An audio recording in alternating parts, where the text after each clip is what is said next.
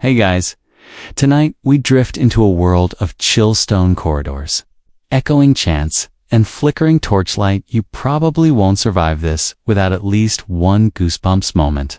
So, before you get comfortable, take a moment to like the video and subscribe, but only if you genuinely enjoy what I do here. Drop your location and local time in the comments so we can share in this journey together. Now, dim the lights, maybe turn on a fan for that soft background hum. And let's ease into tonight's journey together. You trudge down a narrow cloister at the first pale hint of dawn. The air tasting of damp moss and cold granite underfoot. A shaft of weak sunlight slices through an arched window, illuminating motes of dust that dance like tiny spirits. You press fingertips against the wall, feeling centuries of wear in the smooth limestone as distant chants swells Gregorian melodies. Practiced since the 9th century, still rise before sunrise. Monks follow the rule of Saint Benedict by waking for matins around cockcrow, banking prayer above all else. Your robe's wool isn't exactly luxury, scratchy enough to remind you that comfort was a sin in the pursuit of humility. Monks opted for stone pillows to discourage slumber, believing soft cushions bred sloth. Yes, real folks slept on cold marble blocks, and frankly, I don't envy those neck cramps. Historians still argue whether such extreme asceticism reflected genuine devotion or peer pressure in the cloister. A sudden clang of iron signals the first bell. You lift your gaze. The wooden yoke that rings each hour stands sentinel like an ancient alarm clock. You pause for a moment, inhaling the scent of burning tallow candles and aged timber. The corridor yawns ahead, its vaulted ceiling lofting overhead until your neck aches.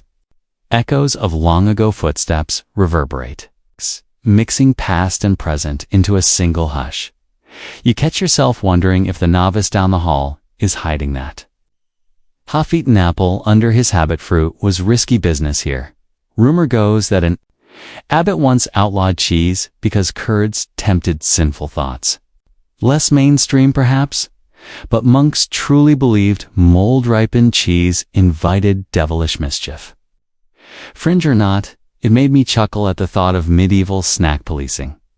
Turning a corner, you glimpse a pair of monks filing into the chapel.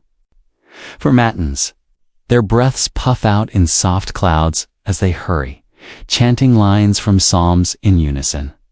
You pace forward, feeling the cold stone floor seep through your sandals. That slight shiver.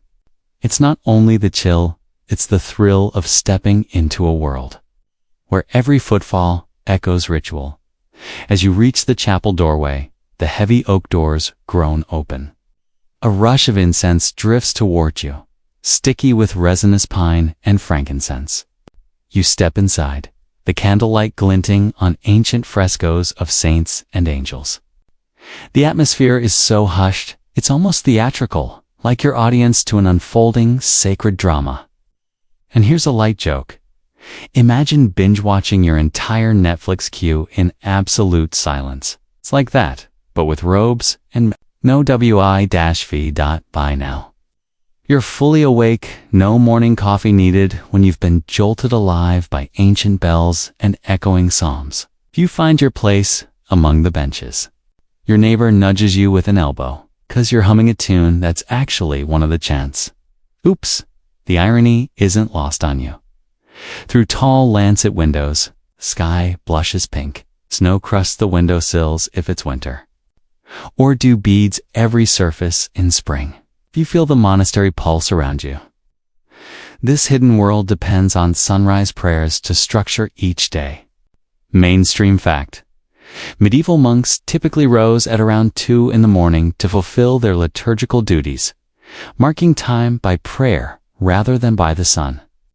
You might scoff, but in this place, temporal order is divine. As the first hymn fades, you brace for the next chime. There are 7 canonical hours in total. You shuffle onward, heart still thumping from the sensory overload.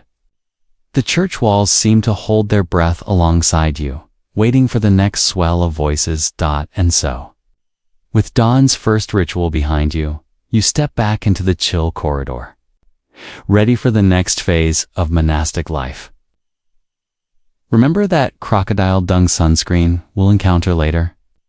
Keep it in mind, we'll need a strong stomach and an open mind if you want to survive these stone halls. You slip from the chilly corridor into the abbey's central tower where the massive bronze bell hangs like a dormant giant. The rope's rough hemp fibers graze your palm. Vibrating with memory, this same bell has tolled for centuries, marking the hour for prayer and work. A weighty clang resonates through the stone arches, a sound so deep you feel it tickle your chest. You join 24 robed brothers in a hollowed-out courtyard. Their hoods down while dawn's rose light spills across frost-kissed flagstones. Morning bell is not just a reminder. It's an announcement that the divine office begins again. You shuffle into the nave, the scent of damp wool and tallow snuff mingling in the air. Your sandals scuff along the flagstone floor, each scrape echoing under ribbed vaults overhead. Mainstream fact: monks traditionally observe the divine office 7 times a day, with matins and lauds ushering in the dawn hours before sunrise. You might grumble about early wake-ups, but here, every clap of the bell fuses chant and duty into a single breath of devotion. The chapel doors creak, and you slide inside beside a monk whose habit has a conspicuous patch over the shoulder. Rumor says he once wore his tunic backward for an entire week as penance for forgetting a psalm. Fringe rumor: some monks are said to mutter protective charms into the bell rope to ward off evil spirits before each toll. Though the abbot swears he's never heard such superstitions in official records. Historians still argue whether these charms were widespread folk practices or mere monastic folklore. Candles flicker along the nave's side aisles, their flames bowing beneath the cathedral-like expanse. You adjust your hood, stifling a yawn that threatens to disrupt the hushed atmosphere. The prior lifts his hand, and the silence snaps taut like a string about to break. The choir stalls hold half the community, each brother clutching a slim, vellum book. You position yourself among them, feathers of goose quills tickling your fingertips as you brace for the first psalm. Your neighbor nudges you, a gentle reminder to close your journal from last night, the one where you attempted to sketch the stained glass rose window. It looks more like a smashed cookie than an architectural marvel, and you thank him for sparing you further embarrassment. You grin. Even silent worship can be oddly social. A single tenor voice begins the intonation: Deus in adiutorium meum.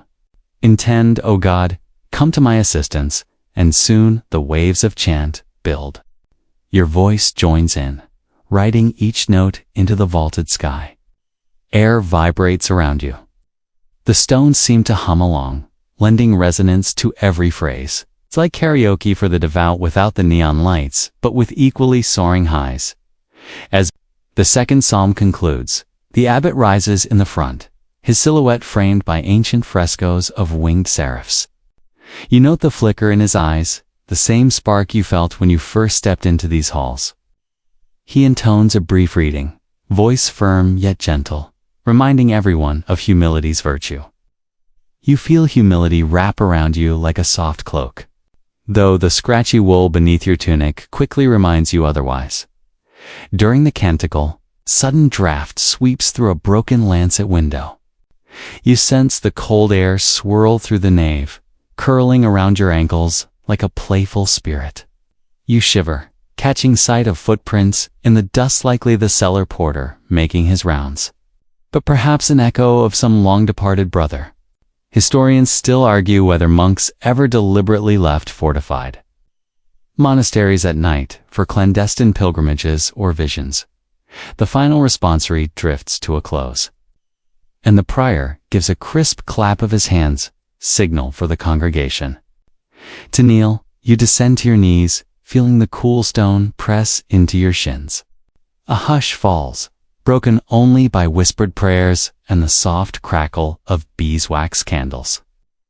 In this silence, each heartbeat seems magnified, the air thick with recollection. You wonder if the novice who sneezed during Vespers last night is earning extra prayers of penance even now. After the liturgy ends, there's a brief moment of shared exhalation. Brothers rise slowly, voices hushed, as they pad toward the sacristy to wash hands and feet. You follow, dipping your palms into cold water, churned with crushed rosemary herb routinely used for purification. Fringe note: some manuscripts claim rosemary was also used to sharpen memory before copying texts, although skeptical scholars dismiss this as fanciful anecdote. Scholars still debate whether rosemary's mnemonic reputation was rooted in scientific observation or mere poetic license. You lift your face as droplets scatter, catching a ray of morning light. The water feels bracing, like a swift splash of reality. You gaze at your reflection in a polished pewter basin, hollow cheeks, bright eyes, and a tiny fleck of parchment ink on your chin. A faint smile tugs at your lips. Survived another set of prayers without nodding off, which feels like a personal victory in this sleep-deprived realm. Nearby, the cellar porter unlatches a heavy oak door, and the low murmur of morning chores begins anew. You linger for a second, savoring the final echo of the chant. Then you push off, ready to trickle into the next rhythm of monastic life: abbey breakfast moments. Because if there's one thing that follows prayer reliably in this place, it's porridge thin as paper, and just as likely to stick to the bottom of your bowl. You exit the sacristy, the chapel doors closing with a soft thud behind you. The bell tower, now quiet, stands sentinel as the abbey breathes out. Light spills across the cloister, painting elongated shadows that dance like ancient wraiths. You straighten your habit, take a deep breath, and step into another day shaped by bells, chants, and the relentless march of time. You step from the candlelit sacristy into the refectory, where the morning light spills through high-arched windows and dances across long oaken benches. Hush falls, but for the soft scrape of wooden ladles against rough earthenware bowls. Here, faces haloed by pale daylight lift toward the abbot's lectern, where a tattered rulebook rests open on a stand. You slide into place, feeling the bench's furrowed grain through your thin wool tunic. Breakfast in a medieval monastery is more ritual than repasta. Communal moment carved out between early prayers and the day's labors. A novice ladle thinly portions barley gruel into your bowl. The porridge clings to spoon and tongue in a way that suggests it wants to hitch a ride on your chin. You inhale its earthy steam and suppress a laugh. It smells like boiled sadness, yet it's sustenance. Here, binding monks together before the silence of work. Mainstream fact: under the rule of Saint Benedict, monks typically observed a vow of silence during meals, breaking it only for reading aloud from sacred texts to educate and edify the community. Beyond the rulebook, the prior begins a low, steady reading in Latin. Sentences ripple through the hall, punctuated by the clatter of spoons. You let the prior's voice wash over you. Its cadence is surprisingly soothing, even if you haven't a clue what he's reading. You suspect he's rehashing the same passage about humility for the 1000th time. Fringe tidbit: some monasteries allegedly rotated their lunchtime readings so frequently that by the late Middle Ages, monks memorized entire collections of saints' lives just to avoid dozing off during the Lives of the Holy Hermit series. Historians still argue whether such extensive memorization was common practice or glorified legend spun by overzealous chroniclers. You take your first tentative sip of the gruel. Cool and bland, it slides down your throat like watery porridge. In a bowl the size of a bucket, you make a mental joke about selling it as the original smoothie. Hey, at least it's dairy-free and gluten on a budget.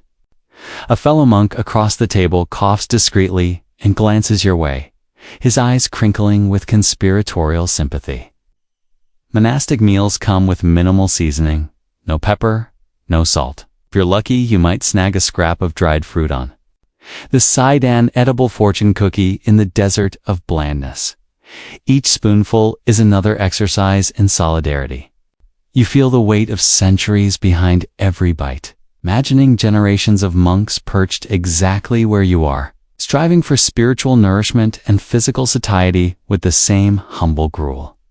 You lift your gaze to the stained glass window.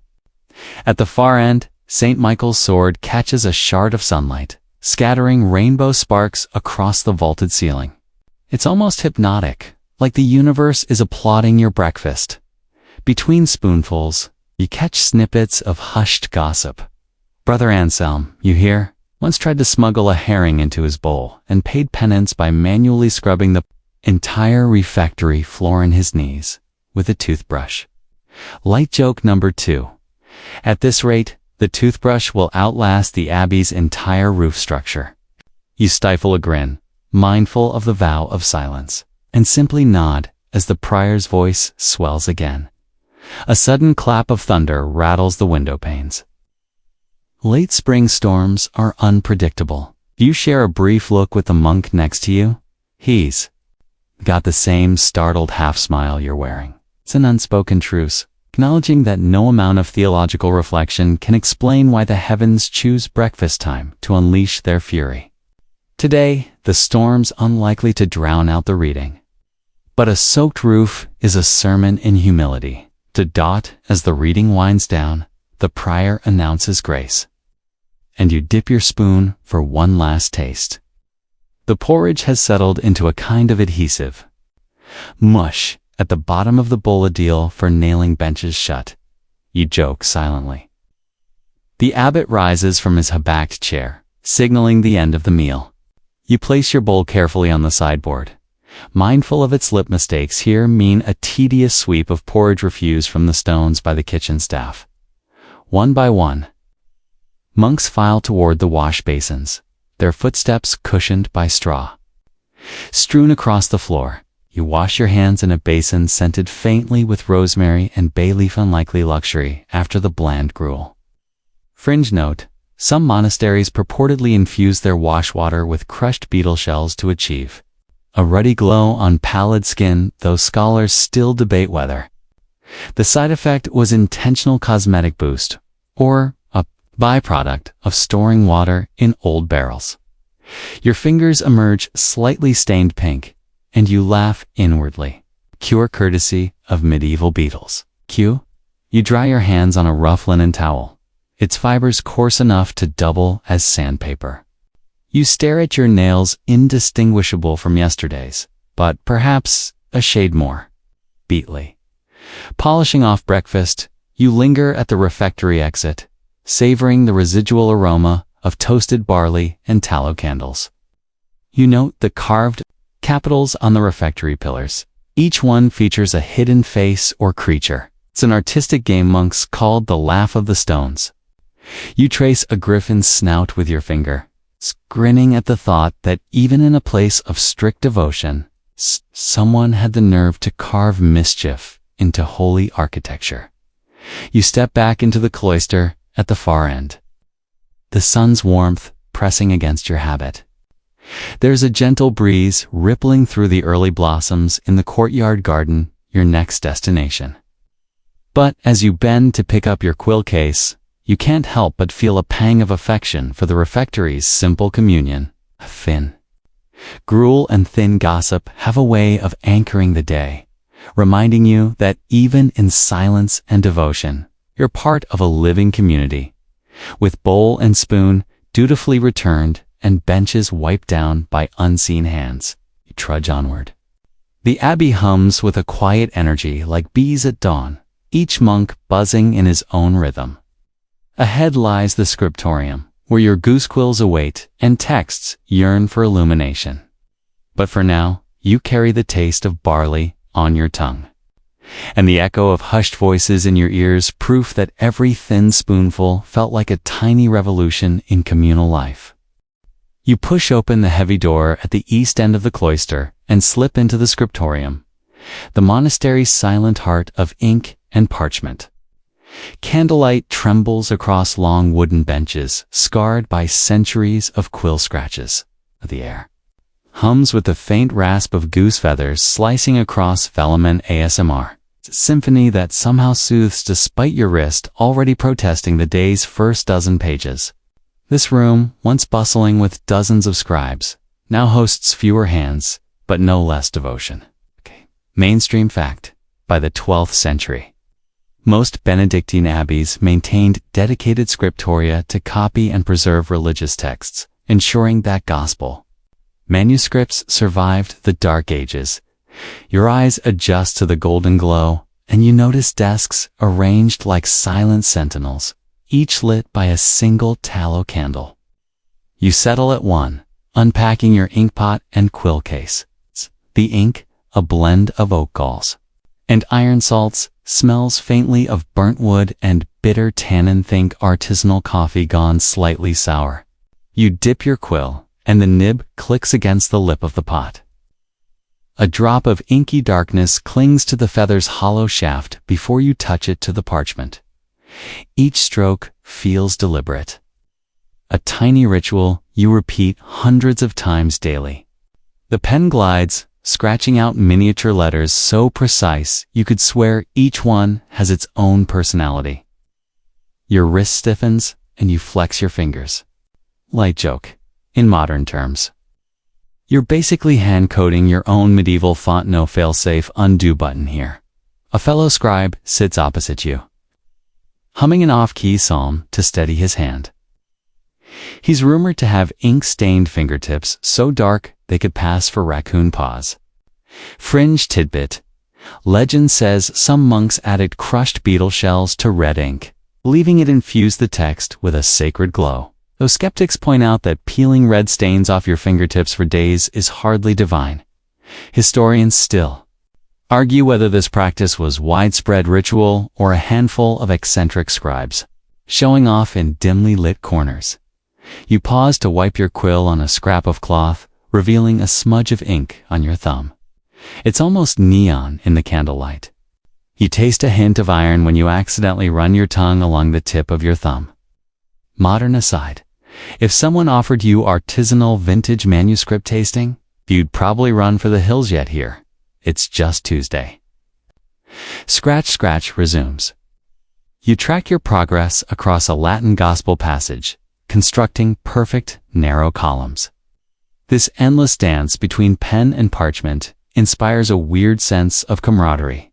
You, the monk next to you, and a pair of spectacles perched on a slanted lectern that's never allowed anyone a quick escape from eye strain.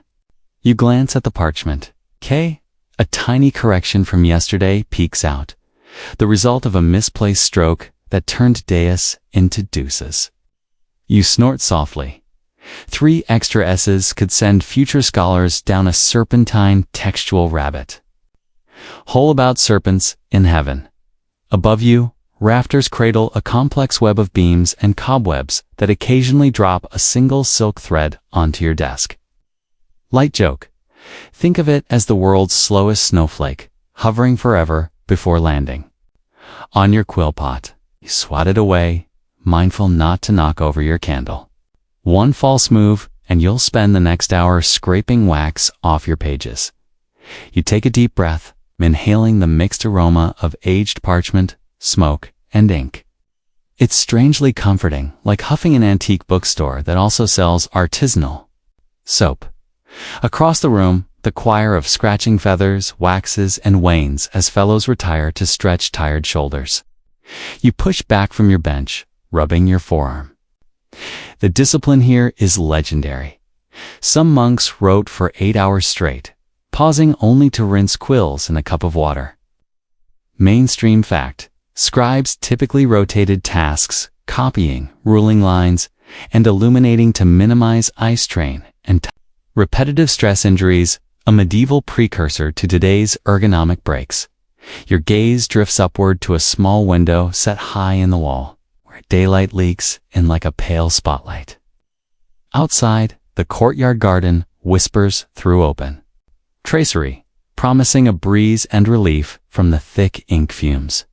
You force your shoulders down, reminding yourself that the grand reward for today's labor will be pages of flawless script and perhaps a moment to observe the novices trimming herbs outside.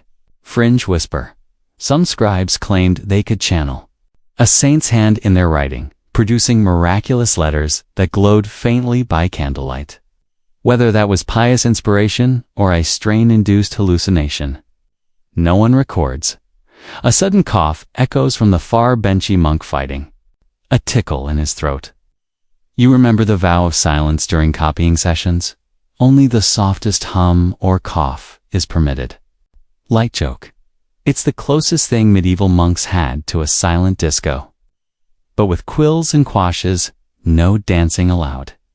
You dip your quill again, heart pulsing in time with the scratching rhythm.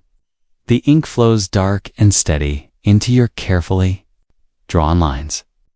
Moments blur. An hour passes as though in a dream, the outside world reduced to a distant murmur.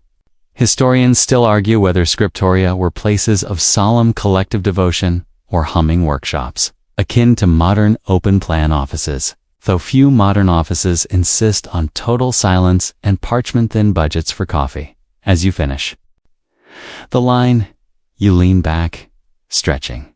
You trace the raised ridges of the letters with a fingertip, marveling at how textured the page feels under your skin. It's like reading Braille for future historians, leaving them clues about your hands. Pressure and angles dot, polishing off the last snippet of your Latin text. You clack your quill against the table, signaling completion. Your neighbor slides a polished block of beeswax, your way used to polish the finished pages before binding. You grate off a small amount, watching the fine yellow dust settle like morning pollen. Smiling, you admire the fruits of your labor. A neat page of text that, in centuries to come, might be held in revered libraries or admired in dusty exhibitions. Finally, you pack away your quills, wrap the midday passage in protective cloth, and snuff your candle with a gentle puff that sends a tiny plume of smoke upward. You press your palm to your aching wrist, grateful for the pause. A draft drifts through the window, carrying the faint scent of lavender from the garden. It's a reminder that work and wonder often share the same space. You step back into the cloister, leaving behind the whispering echoes of scratching quills and ink-dipped fingers. Ahead lies the library's secret vaults where hidden scrolls and forbidden lore beckon. But for now, you carry the warm weight of fresh parchment at your side, a testament to your meticulous fervor and the monastery's ceaseless dedication to preserving knowledge in the hush of candlelight. You slip from the candlelit cloister into the library's arched doorway, where the air carries a hush deeper than silence, like the universe held its breath. Dust motes swirl in narrow shafts of light, twirling through the gloom as if the pages themselves exhale forgotten tales. You brush fingertips across oaken shelves groaning under leather spines, each book a world folded into goatskin. Here, hundreds of volumes line the walls. Monastic libraries by the 13th century often held upwards of 300 manuscripts, making abbeys some of medieval Europe's grandest vaults of knowledge. Your boots echo on flagstones, soft percussion under carved bosses overhead. You move along a row of scrolls stored in narrow alcoves, their papyrus edges yellowed and crisp. A scent of aged parchment rises, mingled with faint smokiness of candlelit hours spent combing through texts. You close your eyes, breathing in a perfume far richer than any designer cologne, centuries-old lore, musty and inspiring. Light joke. If medieval monks had Instagram, their library look filter would be sepia with extra dust. You pause before a locked iron gate set into a stone niche. This is the restricted section, where the most prized codices and peculiar scrolls reside. The librarian, A wizened brother with spectacles perched on his nose unlocks it with a hollow click. He steps aside, revealing a cramped, space-stacked floor-to-ceiling with obscure texts. Fringe tidbit. Rumor has it some manuscripts here were written on sheets of lead to prevent bookworms from feasting, a medieval version of worm-proof technology. Historians still argue whether these leaden pages were ever actually used or merely proposed in monastic meeting minutes. Slender beams of morning light fall across a hulking tome bound in blackened leather. Okay, you lift it gingerly, the weight surprising about 10 pounds of concentrated knowledge and possibly a heretical idea or two. You trace embossed letters on the cover, worn smooth by generations of curious hands. Modern aside, that's basically the medieval equivalent of downloading a 1,000,000-pixel PDF. Except you can't see TRL+F for your finger cramps. Your mind drifts to that glorious scriptorium. Chiron gall ink can corrode parchment over centuries, which might explain why some of these scrolls look like they're in a long-term dental health crisis. You stifle a laugh at the thought of tiny medieval dentists cackling over decayed manuscripts. Yet this very decay tells a story. Microbial life meeting human lore. Mainstream fact. Monastic librarians often repaired damaged texts by sewing in new parchment or reinforcing spines with leather strips as you step deeper. The librarian extinguishes the candle you are holding. Whispered rule: no naked flames. In the restricted vault to prevent accidental infernos. You fumble briefly in near darkness until a small lamp flickers to life overhead. Shadows edge the walls, making corners seem alive with lurking marginalia, those mischievous doodles, monks, carved in the margins. You spot a tiny knight jousting a snail, a recurring medieval cartoon poking fun at chivalric absurdities. A light joke. We still don't know why snails, but every time you see one, you'll picture medieval knights battling slimy foes. Your fingertips. Find a slender scroll case tucked behind a row of heavier codices. You slide it free and unroll ragged edges. Side is a collection of astrological charts and bizarre alchemical recipes. You tilt your head, squinting at instructions to brew dragon's blood salve for healing wounds. Fringe note: some practitioners believed crocodile's dung sunscreen prevented sunburn. A recipe passed in whispers among desert monasteries. Historians still argue whether this was pragmatic folk medicine or a satirical scribbled by a monk with a dark sense of humor. You laugh quietly, covertly, imagining yourself lathered in ancient reptile goop before a beach, ultimately. Probably SPF 0. It's a mental image so absurd it lightens the oppressive weight of the vault. You unroll another scroll. Lists of saints. Feast days intertwined with astrological advice. Avoid major scripture readings when Mars is in retrograde, it warns. You raise an eyebrow. The idea of cosmic alignment dictating your morning. Prayers or scribe schedule feels oddly familiar. Ever skipped work because Mercury's in retrograde? Same concept, minus the benefits of 21st century yoga pants.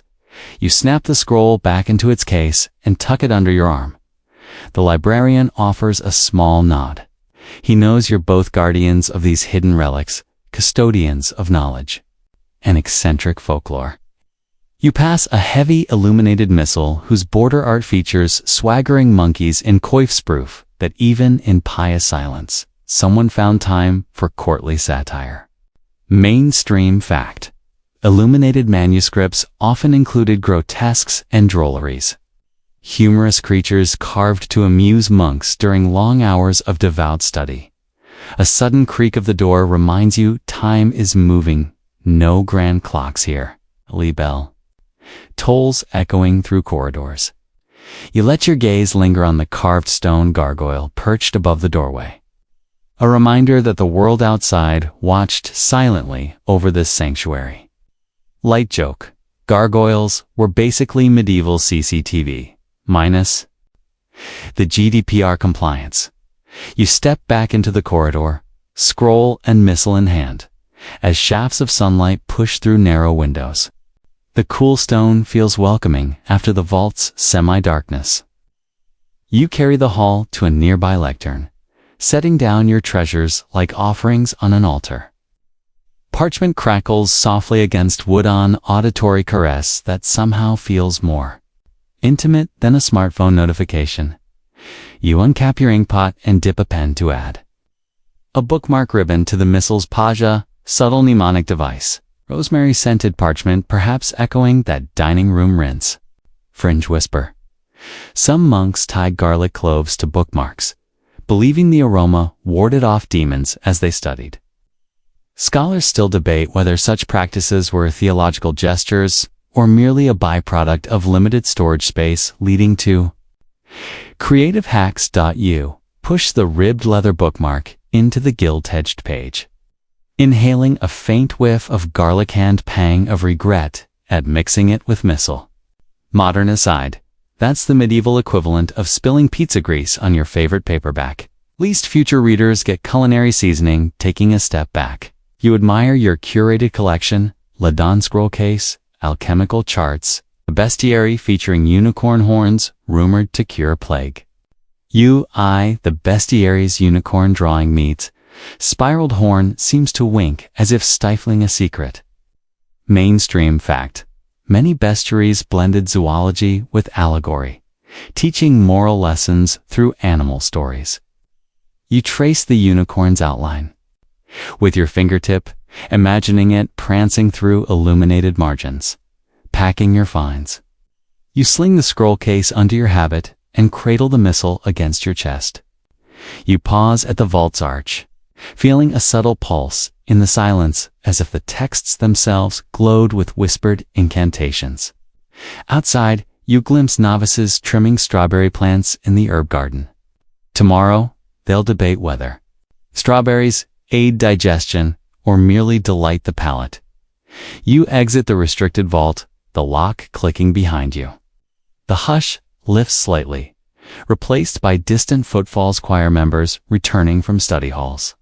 The scent of lavender trailing behind them. You tuck the scroll beneath your arm, momentarily eyeing the gargoyle again. It's as if coordinating your next heist of hidden tomes. Ahead lies the herb garden's riot of green and scent. But you carry the library's hush within your vault of curiosity and breadcrumb trails of lore. Each manuscript you handle feels like a secret handshake with history, linking your hand to countless others who pressed fingertips into worn leather. Your senses still tingle with the heady mix of dust and candle smoke, parchment and garlic. With the vault behind you, you step into daylight, once more mind buzzing with scrolls, meditations, and the promise of uncharted oddities awaiting your discovery. You step out of the cool stone cloister into the herb garden, where early morning mist clings to the spirals of lavender and the silvery fronds of wormwood. A soft breeze ripples through neat beds of rosemary, thyme, and sage, carrying a kaleidoscope of aromas that tangle in your nostrils like opening an artisanal soap shop.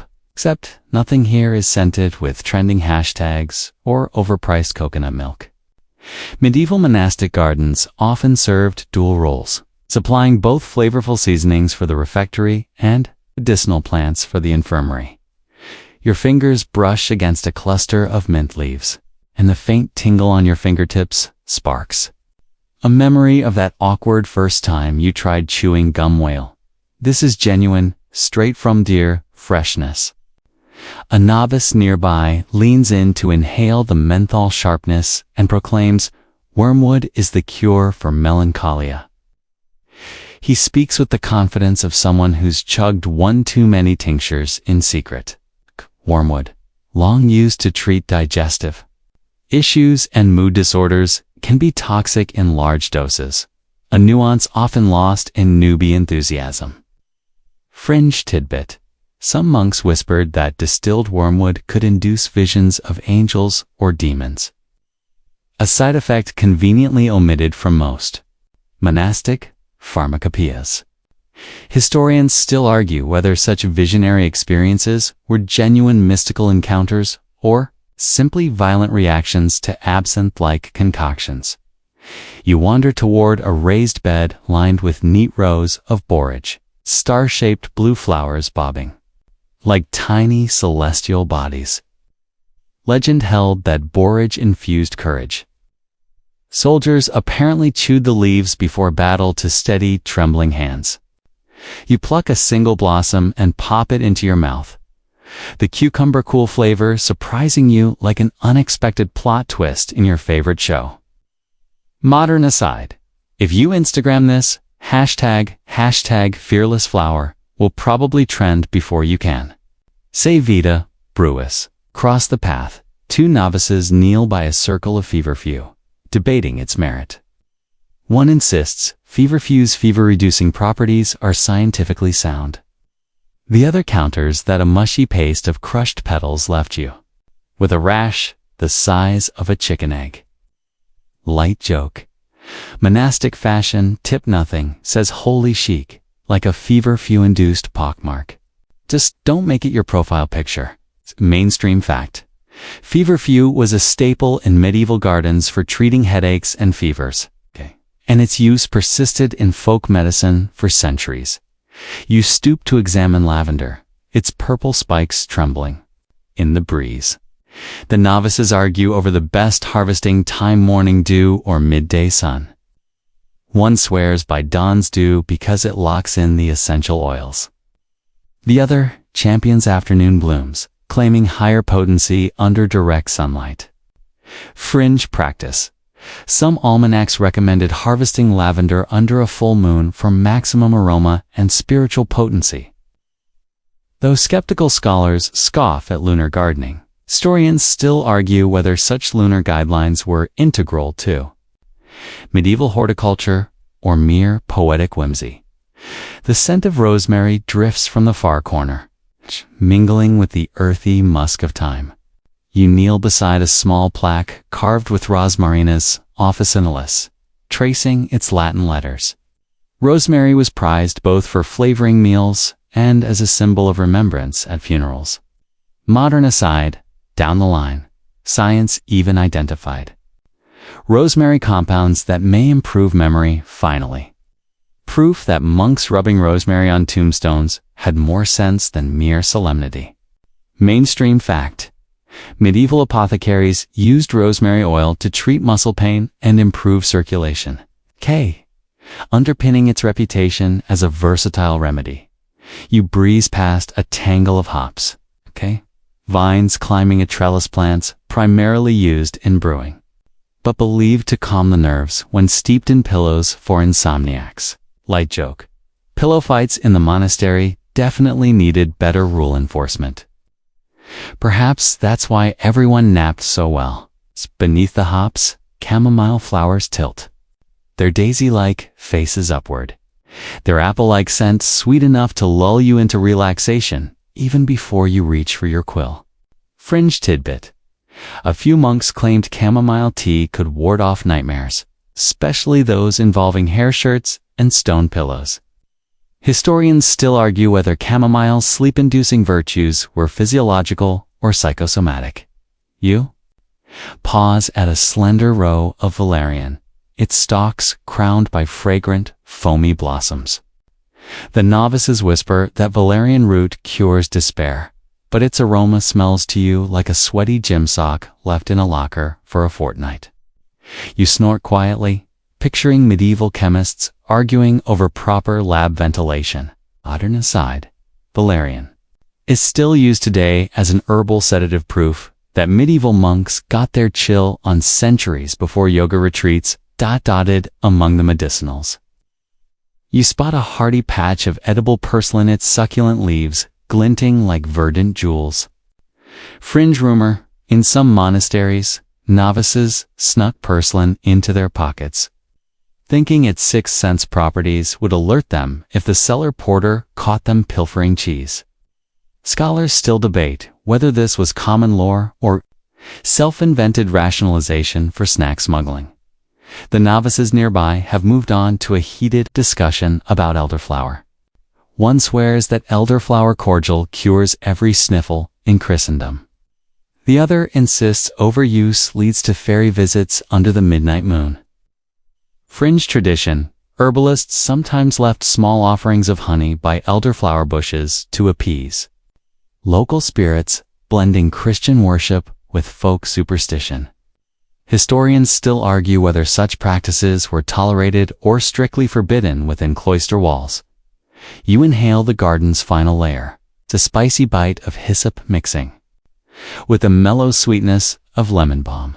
The combination feels like sipping a spa beverage in a luxury retreat, except without the Wi-Fi, the fluffy robes, and the cucumber eye masks. Light joke. At least the air is free of charging cords and expectations of instant notifications. Stepping back, you survey the manicured beds, each edged with flat stones carved with the plant's name and purpose. The layout reflects the medieval physic garden design. Plants grouped by properties digestives in one quadrant, emagogues in another, all arranged to optimize for workers who believed in the humoral theory of medicine. Mainstream fact. By the 13th century, most monastic gardens followed a strict layout to facilitate the production of herbal medicines and culinary herbs. A brief shaft of light breaks through gray clouds, spotlighting the lavender border. You run your fingers over its fragile petals, feeling dew bead beneath your touch like tiny crystalline gifts. It's peaceful here, so peaceful you almost forget the next bell will summon you back to the cloister. As you rise, you shake residual droplets from your robe, and they cascade down like a soft tinkle against the flagstones. You pause at the stone fountain at the garden's center, where cold spring water bubbles from a carved lion's head. You cup your hands, drink deeply, and feel clarity flood your system like a reset button for your brain. Modern aside, fountain water was often the purest source available, making it the medieval equivalent of those overhyped health shots in juice bars. Before leaving, you pluck a sprig of rosemary and tuck it into your habit Paquita portable aromatherapy token against midday doldrums. You share a grin with the novices as they debate whether two sprigs are better than one, a lively discussion that will likely last until the next set of prayers. With your pockets fragrant and your head buzzing with herbal lore, you step away from the garden's sanctuary. The scent trails behind you like a benevolent shadow. Ahead, the infirmary awaits, where the remedies you've studied might be pressed into service on fevered brows and aching limbs. But for a moment, you savor the garden's whispered wisdom and the playful arguments you've witnessed, proof that even in vows of silence, the living earth finds its voice. You step into the infirmary's low-ceilinged wing. The scent of medicinal herbs mingling with something wetter, perhaps yesterday's poultice, still weeping at the seams. Candle sconces cast twitching shadows on plastered walls streaked with faint blood-red stains. The air is warm, humid like a greenhouse gone slightly off. Every breath, heavy with the promise of healing, or, at worst, amateur surgery. A wooden cabinet rattles as a novice fetches ceramic jars labeled in spidery script: Aqua Rosé, Estenda Unguentum Ricini, and the eye-catching Gutta Sanguinis, dripping with ominous weight. You follow the steady clop of wooden clogs toward a low bench where the infirmarian, graying brother with spectacles teetering on his nose, arranges tools. He lifts a shallow bowl of water where several dark, leech-shaped creatures cling to the rim, their bodies full and pulsating. Mainstream fact. Between the 12th and 15th centuries, monastic healers commonly used leeches to balance supposed humors, a practice derived from Galenic medicine that persisted well into the 19th century. Your skin crawls as he picks up a leech with wooden forceps, slimy form barely restrained. Light joke. You try not to imagine hosting one in your bath, though it'd make for a truly memorable spa day. The infirmarian murmurs, "Venesection begins with a lancet," and you wince at the thought of his tiny steel knife drawing blood. The leech, blissfully unaware of your discomforts, glides into a small glass vial half filled with water and a pinch of earthworm gruel, which he swears encourages leeches to stay hungry between patients. Fringe tidbit. Some surgeons mixed crushed snail shells into leech feed to toughen their jaws, believing it made them more efficient blood vacuum engineers. Historians still argue whether such practices were standard procedure or a few eccentric minds experimenting in dark corners of the cloister. Across the room, a novice applies a poultice to a brother's sprained ankle. A taste oozes from a cracked clay pot, its color shifting from muddy brown to something resembling accident-seen mustard. You peer as thin strips of turtle shell are ground into the mix for their supposed bone-mending properties, an earnest conviction. Even if modern osteologists might raise an eyebrow at chewed reptile fragments. Mainstream fact: turtle shell was listed in several medieval pharmacopoeias as a cure for fractures and joint pain. Believed to impart the creature's resilience to the patient. You inhale deeply and catch a whiff of crushed willow bark. The monks here once suspected it relieved fevers and aches because of some divine property. Fringe whisper: certain infirmaries swore that burying bark-soaked bandages under consecrated soil imbued them with extra healing power, a fusion of church, ritual, and herbal lore. Historians still argue whether these soil burial rites were pious acts or mnemonic staging for lengthy incantations. The infirmarian turns to you, offering a leather strap. Brace your forearm here, he instructs, tying it snug above your elbow. You watch the novice fill a small knife its blade, slender yet wicked with milkweed sap, claiming it seals wounds with a natural latex barrier. With a steady hand, the infirmarian makes a tiny incision, and you grit your teeth at the hiss of air meeting open flesh. He presses a live leech to the cut. It attaches, fangs securing in a split second. A soft pop echoes in the quiet room, and you realize you can't recall ever feeling more alive, more vulnerable. Warm blood meanders down your arm into the leech's distended body. It's a sticky tableau, like watching a red balloon expand under a spider's web. Light joke: who knew that an actual blood-sucking parasite was your new favorite morning routine? You shift your weight, feeling the pressure of centuries-old practice grounding you in this moment. Nearby, a brother nurses cough-soaked cloths to his chest herbal cataplasm of hyssop and onion. Rumor says, gives you voice like a rooster at dawn. He waits patiently, trusting the concoction to slough off his affliction. Beyond the bench, the infirmary's modest workshop glints with brass mortar and pestles. You spy a jar of crushed phoenix feathers, more decorative than curative, but believed to boost morale. Fringe tidbit: some infirmarians offered wounded monks a pinch of powdered mummy for accelerated corporeal rebirth, though critics dubbed it grave robbery of the body's dignity. Historians still argue whether any monk truly ingested such ghastly dust, or if it remained a lurid rumor bandied about by rival abbeys.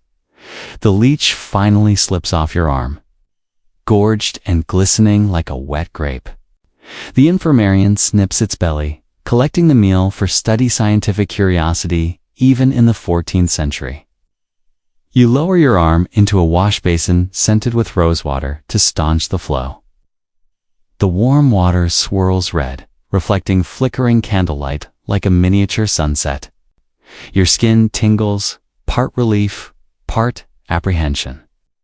Modern aside, if you thought modern phlebotomy was a mild inconvenience, you'd reconsider after an encounter with medieval leeches. A sudden cough makes you jump, an unfortunate reflex that sends half the leeches wobbling in their jar. You hurry to steady the bench, nearly toppling a clay jar of mercury reserved for extreme cases of evil fevers. Though we all know too much mercury can lead to permanent twitching. Light joke: today's scratch and sniff. Cartoons have nothing on the infirmary's noxious glory. A young novice sees you cringing and offers a traumatic tip. Bloodletting resets the humors. Storing balance. Cute. You crack a grin through clenched teeth, imagining your internal plumb line wobbling back into equilibrium. Mainstream fact. Humoral theory held that health depended on balancing blood, phlegm, black bile, and yellow bile, an idea inherited from Hippocrates and Galen, and only relinquished by Western medicine in the 19th century. Across the room, infirmarian fan sparks over a metal brazier, priming heat for an upcoming cupping session where heated glass jars create suction on the skin. You recall that turtle shell gruel. Now it feels like a soothing broth compared to searing glass. Suction marks. Fringe note. Some sources claim monks applied leeches after cupping to draw out impurities more efficiently. A 1-2 punch of medieval biomedicine. Historians still argue whether these combined therapies aided healing or merely compounded discomfort as the wind rustles the infirmary's single window. You feel a drop of water, or maybe something more ominous, slide down your neck. You brush it away, smiling at the thought that even in healing, moisture is never far. With your arm cleaned, bandaged in a linen wrap, and your dignity mostly intact, you rise. The infirmarian offers a warm gruel broth laced with saffron and honey tonic against chills and preposterous leech engagement. Light joke. Nothing says, tough it out. Like sipping sweet soup while your arm sports a lineup of tiny battle scars. You cradle the bowl, letting its heat seep into your palms and savor the mild sweetness. The bitter aftertaste of medicinal herbs lingers, reminding you this is no ordinary snack break. He nods at your arm, approving the bunged-up wrap. Rest, he says softly. Let the humors settle. You find a nearby bench, settle in, and sip your broth in silence, acutely aware of every drop, dot all around you. The infirmary hums with whispered prayers, the drip of poultices being applied, and the occasional soft moan of relief. You lean back against the cool wall, feeling the leech's legacy pulse faintly in your veins, reminder that medieval medicine, for all its oddities, came from earnest hands seeking to mend what was broken. As you finish the last spoonful, you tuck your empty bowl beside you and let your mind drift. Tomorrow, you'll recall this as the day your faith in frogs and snake oil folk cures met live leeches and turtle shells. But for now, the antiquated instruments rest, and so do you, bandaged, colorfully bruised, and oddly grateful for the infirmary's healing oddities. You slip into the illumination workshop, where the air shimmers with gold flecks dancing in stray beams of sunlight. The room feels sacred, hushed, even by monastic standards, though each block of pigment and sheet of gold leaf carries a piece of the divine. You settle beside an artist, his bench cluttered with tiny glass vials of powdered lapis lazuli, verdigris, and vermilion. Mainstream fact. Lapis lazuli was imported from Afghanistan at great expense, making ultramarine the most prized blue pigment in medieval manuscripts. A single lamplight pools on the vellum before you, highlighting the faint pencil-drawn sketch of a tiny angel's wing. You dip a brush, just a few squirrel hair bristles, into a dish of beaten gold leaf suspended in gum Arabic. The metal glides onto the page with such soft authority, it's like watching sunlight solidify beneath your fingertips. Fringe tidbit. Some illuminators purportedly mixed ground pearls into their white paint to achieve an otherworldly shimmer, though skeptics suspect they were just scraping up leftover bead embellishments from dusty reliquaries. Historians still argue whether these pearl-infused pigments were widespread or confined to a few overzealous artists in remote Scriptoria. Your fingertips tremble slightly as you press the gold against the vellum. It clings like a magnet, reflecting every tiny imperfection as if mocking your shaky hand. Light joke. This is basically medieval Photoshop, except if you drop a single bite, Tor in this case. A fleck of gold, you have a multi-year crisis on your hands. Across the bench, a brother grinds dried insect bodies into red pigment. You sniff the powdery residue and wrinkle your nose. Imagine sipping a beetle smoothie for breakfast. Red lead, however, stands in for that deeper crimson, reserved for royal names and Christ's robes. Mainstream fact: red leadminium was commonly used in illumination to add vibrant highlights, but its toxicity earned it the nickname the painter's bane. You take a deep breath, inhaling the violet aroma of crushed violets and resin from the palette's linseed oil mixture. It envelops your senses, creating a heady buzz akin to stepping into an artisanal perfume lab that forgot to label its especially lethal scent. Light joke. By this point, everyone in the workshop has one too many heady whiffs. It's the original ode to manuscript. With a steady hand, you lay down the first stroke of vermilion on a vine motif curling around a historiated initial. The color blooms like a dropped flame on paper, startling you with its intensity. Fringe whisper. Certain illuminators were said to recite short prayers under their breath as they painted, believing the words would infuse the image with spiritual energy, though disbelievers scoffed that it was just good marketing for reluctant donors. Historians still argue whether these whispered litanies truly accompanied illumination or were convenient lore conjured after the fact. You pause to admire the angel's face you're coloring. Bits of gold glint in its halo, while ultramarine wings peek through a wash of pale gray. The painter next to you jokes that someday these pages will end up on display in posh museums, looking as out of place as a silent monk at a tavern karaoke night. You chuckle, imagining velvet ropes, keeping visitors 2 meters away from your painstaking brushstrokes. A sudden chill wafts through a broken lancet window, and you shiver. You tug your woolen habit tighter against your arms and notice tiny cracks forming in the old plaster overhead. Light joke. If only you could illuminate cracks the way you illuminate manuscripts. You'd call it art restoration meets haunted house. You return to your page, dipping your brush now in green earth, pigment tan, earthy, mossy color that grounds all the gaudy gold. You sketch slender ivy leaves curling around the border. Green earth, sourced from clay deposits in Italy, was a medieval favorite for naturalistic foliage. Mainstream fact: green earth's pigment was valued for its stability and made from minerals like celadonite and glauconite, giving manuscripts lifelike verdant hues. As the bristles kiss the vellum, the image comes alive. You trace each vein in the leaf, layering darker shades for depth. The vellum puckers slightly with each wet stroke, reminder that you're painting on stretched animal skin, not some swipe right touchscreen. It's fringe tidbit. A few rogue illuminators allegedly rubbed sand into their varnish to create a subtle, textured surface, though purists argued it turned holy books into medieval sandpaper. Historians still argue whether any texts survive the sandy spa treatments. A bell tolls in the distance, drawing your attention to a half-finished sunburst in the margin. Its lines look jagged. It's like a toddler's first crayon, drawing clear evidence that even monks' hands tremble under pressure.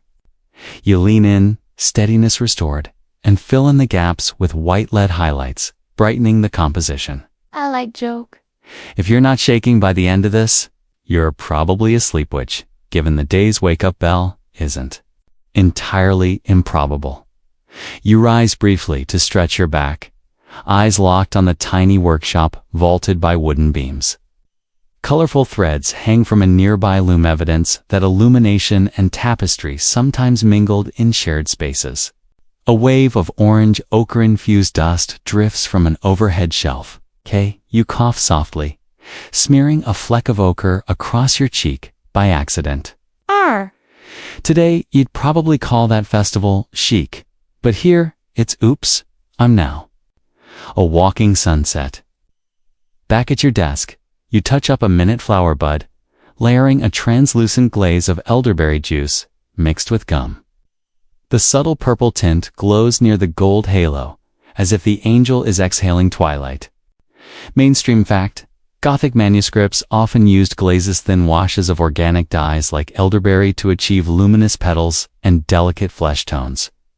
Across you, the senior artist hums the same single line of chant for the third hour running his voice cracked like an aging lute.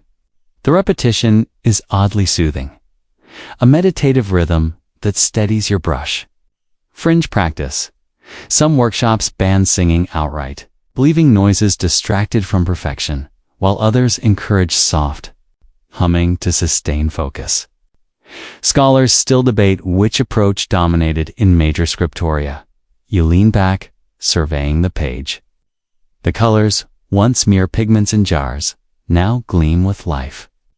Each leaf twist, each halo arc, feels like a prayer made visible. You imagine future. Readers gazing at this page, their fingers grazing the raised gold as they whisper aloud the text. Light joke. If only they knew you were the same person who dropped ink on your sleeve this morning. Call it holy irony. Feeling a sudden craving for something crunchy? You bite into a stale wafer you've been sneaking from the refectory stash. The dry crack echoes through the hush. Your bench neighbor shoots you a mock glare, then returns to mixing shellfish-based purple dye. Mainstream fact: Tyrian purple, derived from marine mollusks, was prized but expensive some. Manuscripts featured it in imperial commissions to denote power and authority. You nod gratefully as he slides the dye pot aside. A smudge of purple ends up on your cheek, joining the ochre from earlier. You wipe at it, only to discover a tiny smirk painted in pigment remains accidental self-portrait via color palette. Light joke: you've become your own illuminated manuscript. As dusk settles, the workshop dims. Flames gutter low in wall sconces, their reflection dancing on gold leaf like 1,000 tiny suns. You apply final touches. A drop of shining gold here, a tiny dot of carmine there. The angel's gaze brightens, looking slightly more awake than you feel after another marathon of pigments and prayer. You lay down your brush, heart swelling with quiet pride. The page hums with color and consecration, every hue a testament to human and divine collaboration. Fringe whisper. Some moan that illumination was little more than extravagant vanity. But others defend it as the highest form of visual theology. Historians still argue whether the spiritual added by these images justified the immense labor and cost. You gently close the manuscript, the pages sighing shut in a crop of gold dust. Gathering your tools, you pat leather-bound pigment pouches, feeling their weight. Outside, the evening bell tolled hours ago. But here, time moves by the pulse of brushstrokes and whispered litanies. Stepping back into the cloister, you leave behind the shimmering workshop. The lingering scent of resins and color clings too. You like a fine perfume? You rub your smudged cheek, smiling at your accidental masterpiece of pigments and self-portraits. Ahead lies the refectory's rustic banquetware. Flavors will be earthy, schedules strict, and conversation as thin as gruel, but for now, you carry the glow of manuscript illumination within you, a secret treasure no thief could ever steal. You cross the cool cloister again and push open the heavy refectory doors, stepping into a hall warmed by midday light and the faint crackle of a hearth fire.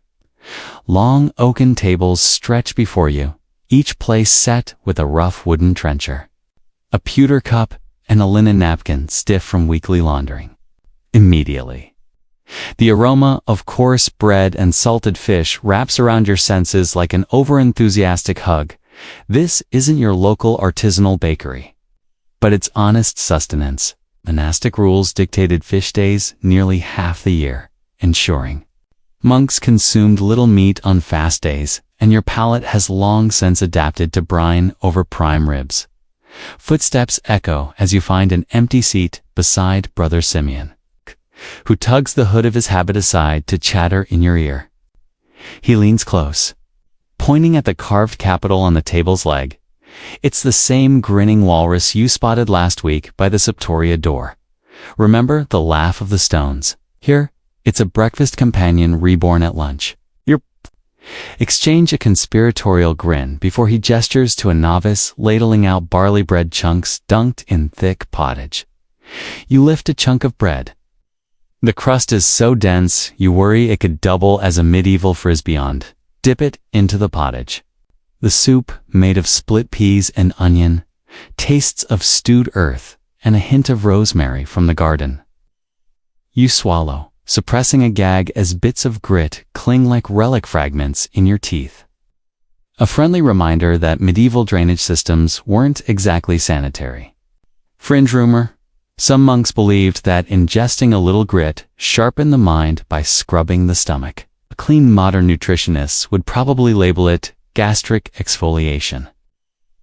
Historians still argue whether these gritty porridge rituals were helpful or just a way to use up every last grain. Across the table, wooden boards laden with salted herring appear, glistening like silvery trophies. You reach for a herring, its flesh so firm it snaps when you bite fish jerky at its finest. Light joke: it's the original protein bar with a side of involuntary eye-watering. Monks prized cod and herring, partly because the church mandated fish on fast days. You've become so adept at filetti, you could qualify for Monastery Master Chef, mainstream fact, by the High Middle Ages. European monasteries often operated fish ponds or arranged fish deliveries to observe liturgical fasting requirements, with salted fish stuffed between bread chunks. You wash it down with watered-down ale served in a chipped pewter cup. The ale's sweetness is muted by sand and straw. Think of it as a vintage craft brew that forgot to filter itself. Across the hall, a novice audibly slurps, prompting you to raise an eyebrow. Vows of silence at meals are only half observed. And you suspect the silent refectory rule was a medieval way to keep gossip discreet. Though rumor has it Brother Ambrose once lectured on humility for nearly an hour after being caught whistling his favorite chant. Historians still argue whether mealtime silence strengthened devotion or just made monks sneak louder whispers. Your attention drifts to the high table, where the abbot and prior occupy seats elevated on a dais. They receive a small roast of venison reserved for special feast days, drizzled with a mouth-watering juice of wine and winter berries. Fringe tidbit: some monasteries allegedly aged venison in ale to tenderize the meat, though skeptics question whether any stomach survived the experiment. You envy the gilded trenchers up there, but remind yourself that ecclesiastical hierarchy meant that monks of lower rank ate the humblest fare equality in spiritual terms. But not always at the table. You take the end piece again, brother. Simeon whispers, gesturing to a loaf of wheat bread with crisp crust. As you tug that coveted end slice, you recall the last time you smuggled a hunk of that loaf back to the scriptorium, burned your fingers, but felt triumphant, like a medieval Robin Hood of carbs. Light joke. At least back then, carbs weren't demonized by any fad diet gurus, though if you told them about this meal, they'd probably claim you were eating chalk with a side of metal. You scoop a spoonful of pottage that's been enriched with diced leeks and parsley procured from the infirmary. Garden healers know a thing or two about flavor. The leek's sweetness cuts through the thickness, and you savor the way the herbs tickle your tongue.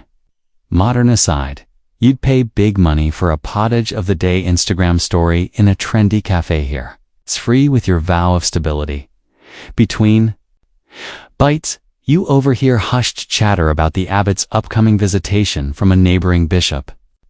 Some monks polish pewter cups until they shine, hoping to impress. Fringe practice. Word is they'll hide any wine barrels in the cellar, citing storage safety, but you suspect it's just strategic hospitality. Historians still argue. Whether abbots hosted such visits to strengthen alliances or merely to demonstrate divine favor through surplus provisions, you pause, spoon midair, as a sudden gust rattles the large windows. You glance at the swirling grains of dustiny time capsules dancing in sunbeams, then look down at the pottage splatter on your tunic. Light joke. Don't even think about Instagramming. That no filter could save it. Seated opposite you, a monk cracks open a small wheel of soft cheese reserved for feast days. This one washed with brine and speckled with caraway seeds. You break off a wedge and taste its salty temps, a welcome contrast to the plank-like bread. Cheese at lunch feels like a stolen luxury, a whisper of rebellion against monastic austerity. Mainstream fact. While meat was off limits on many days, cheese and eggs were sometimes permitted, leading to elaborate recipes in monastic cookbooks that straddled penance and pleasure. A tattered manuscript reading commences at the lectern, the prior's voice soaring over the clatter of trenchers. The reading breaks the vow of silence, gently education, and reflection woven into every meal. You tap your trencher in time to the cadence, feeling communal rhythm bind you all. Historians still argue whether these readings uplifted monastic morale or simply kept tongues from idle chatter. You lean back, wiping your mouth on the linen napkin, catching a glimpse of the refectory's carved misericord steiny seats featuring beasts and devils crouched underneath. Remember that jousting snail from the library margins? Here it is again. A cheeky callback etched into stone-proof mischief thrives in even the most devout places as you rise to clear your place.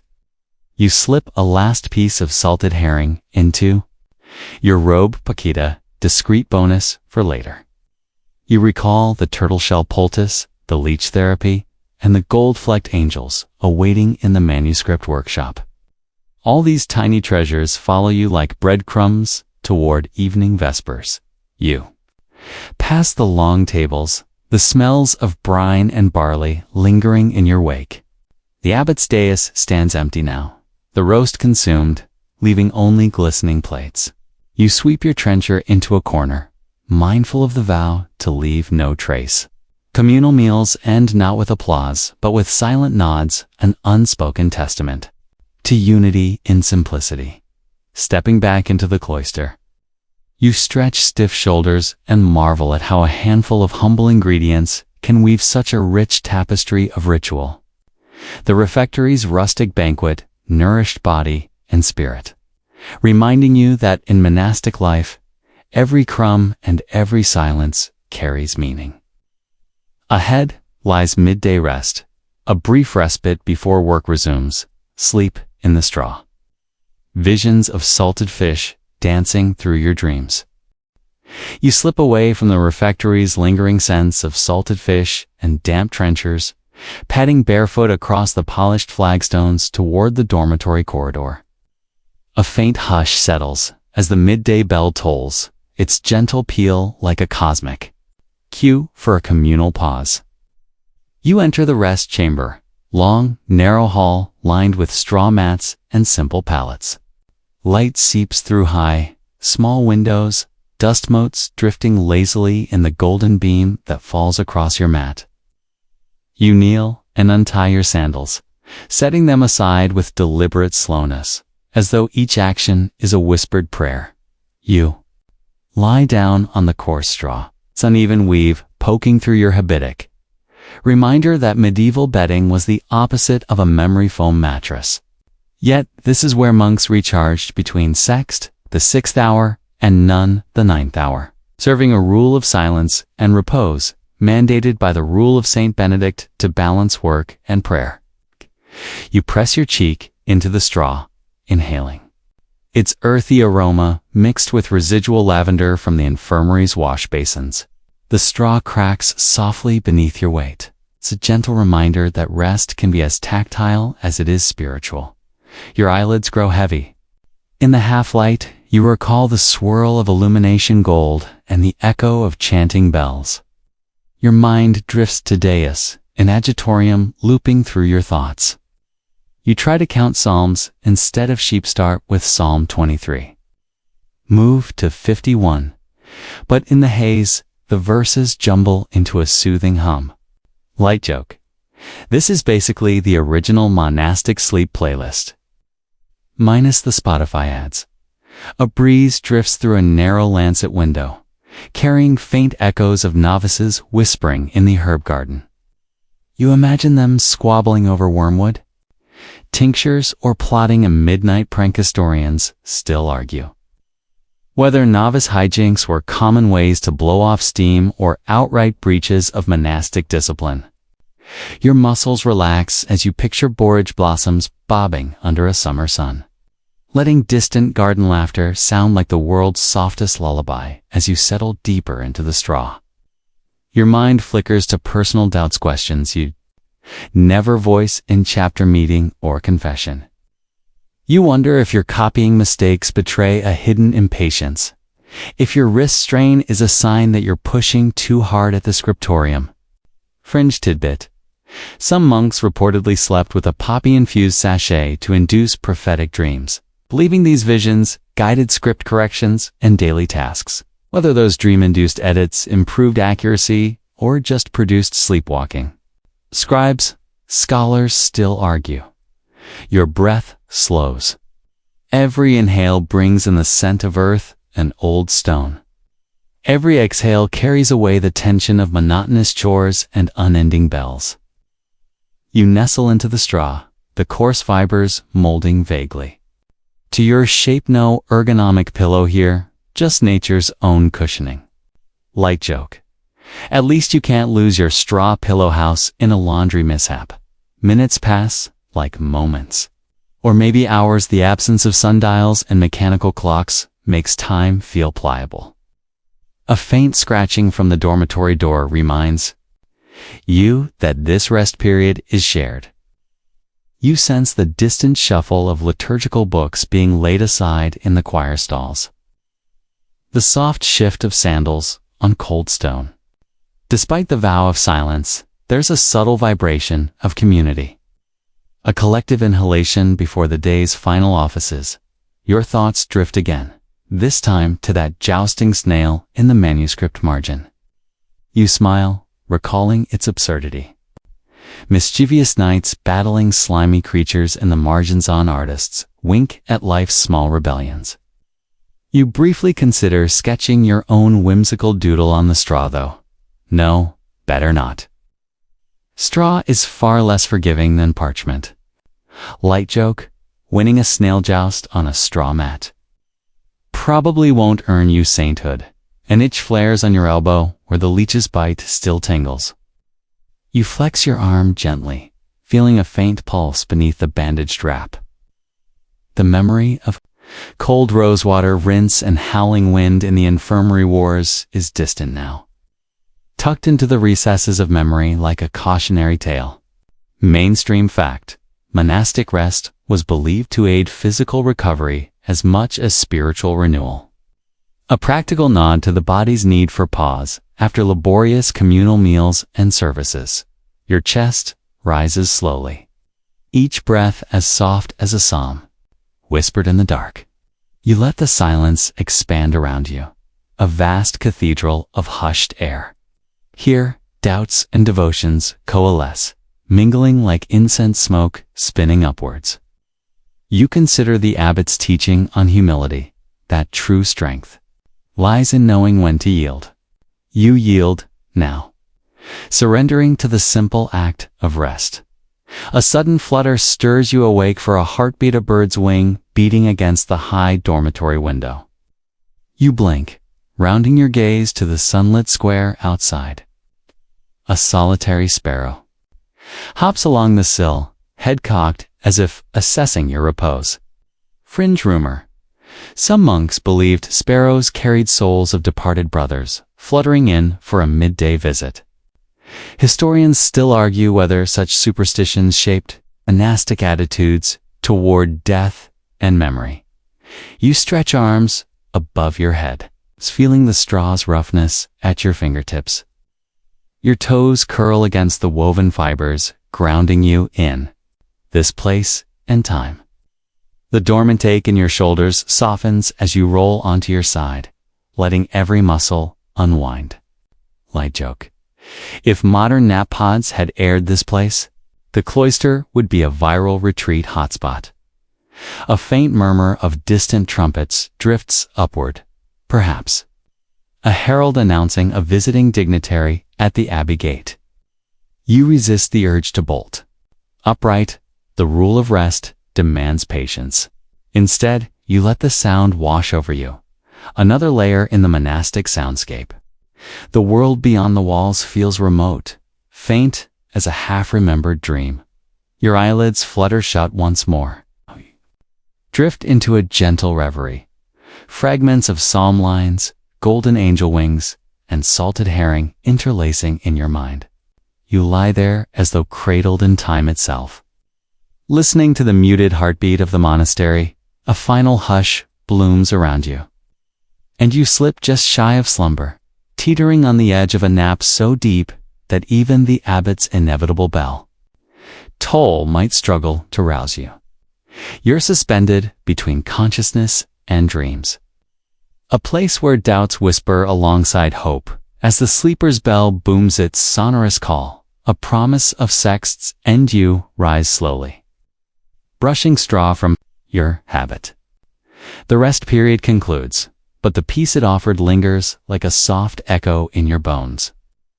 You fold your mat with methodical care, each crease a silent vow to carry stillness into the coming hours of work and prayer.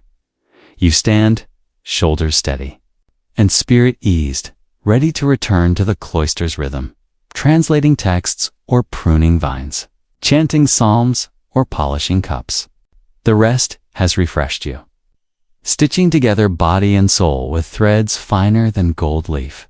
You step into the corridor's warm glow, mind buoyed by reclaimed energy and softened by brief oblivion. Ahead lies the field's labor and toil earth, turned by calloused hands in devotion and sweat. But for now, you move forward in quiet confidence, carrying the hush of midday rest like a sacred secret pinned to your heart. You step out of the cool corridor into a golden haze of midday sun. The cloister's hush replaced by the low drone of bees, thick around lavender hedges. The scent of warm earth rises to meet you as you trudge toward the abbey's working fields, where rows of budding vines and plow-turned furrows await your hands. You can almost taste the dirt on your tongue loamy, sweet with promise, and occasionally flecked with flecks of ancient mortar washed from the stone walls.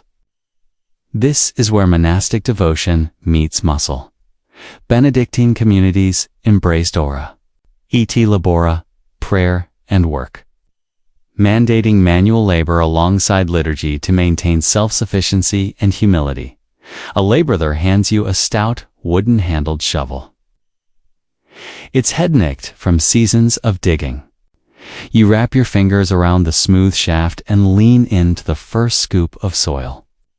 The blade sinks with a gratifying grunt, upturning brown-black earth speckled with limestone shards and tiny roots. Mainstream fact: many monasteries in medieval Europe managed extensive grain-sized agricultural estates that produced grains, vegetables, and livestock to feed both the community and local poor. You pause to brush sweat from your brow, tasting iron metallic and vivid in your tongue. A soft breeze ruffles the wheat stalks at the field's edge, their golden heads bowing in unison. Light joke: think of it as medieval CrossFit, minus the designer athleisure and smoothie bars. You plunge the shovel again, each lift an exercise. In devotion, your muscles hum, energized by the rhythm of blade, body, and earth. Across the furrows, a sowing competition quietly unfolds among novices.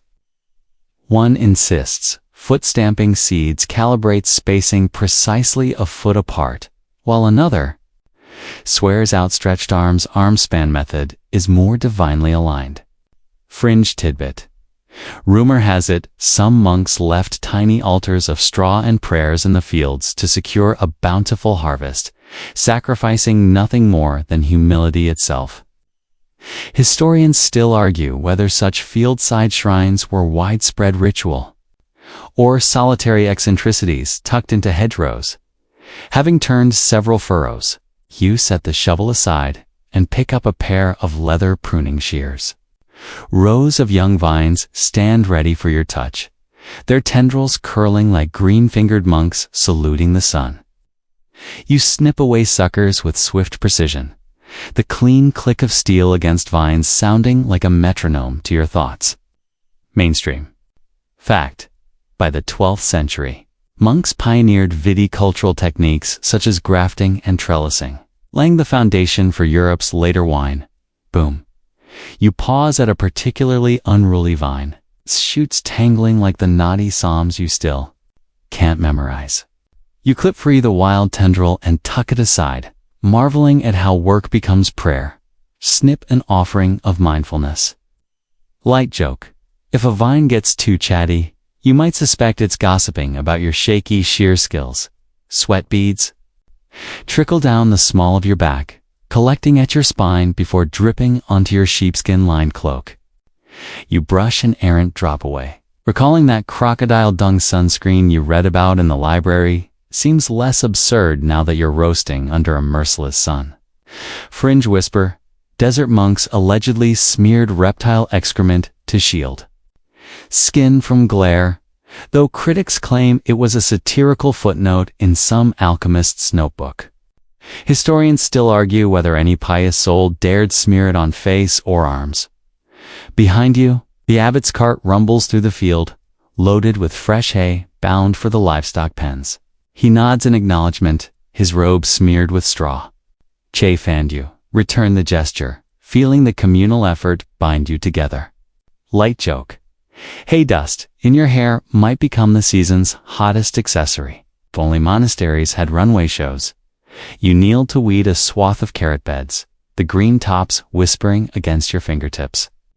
Carrots grow in neat lines here, harvested for soups and broths in colder months.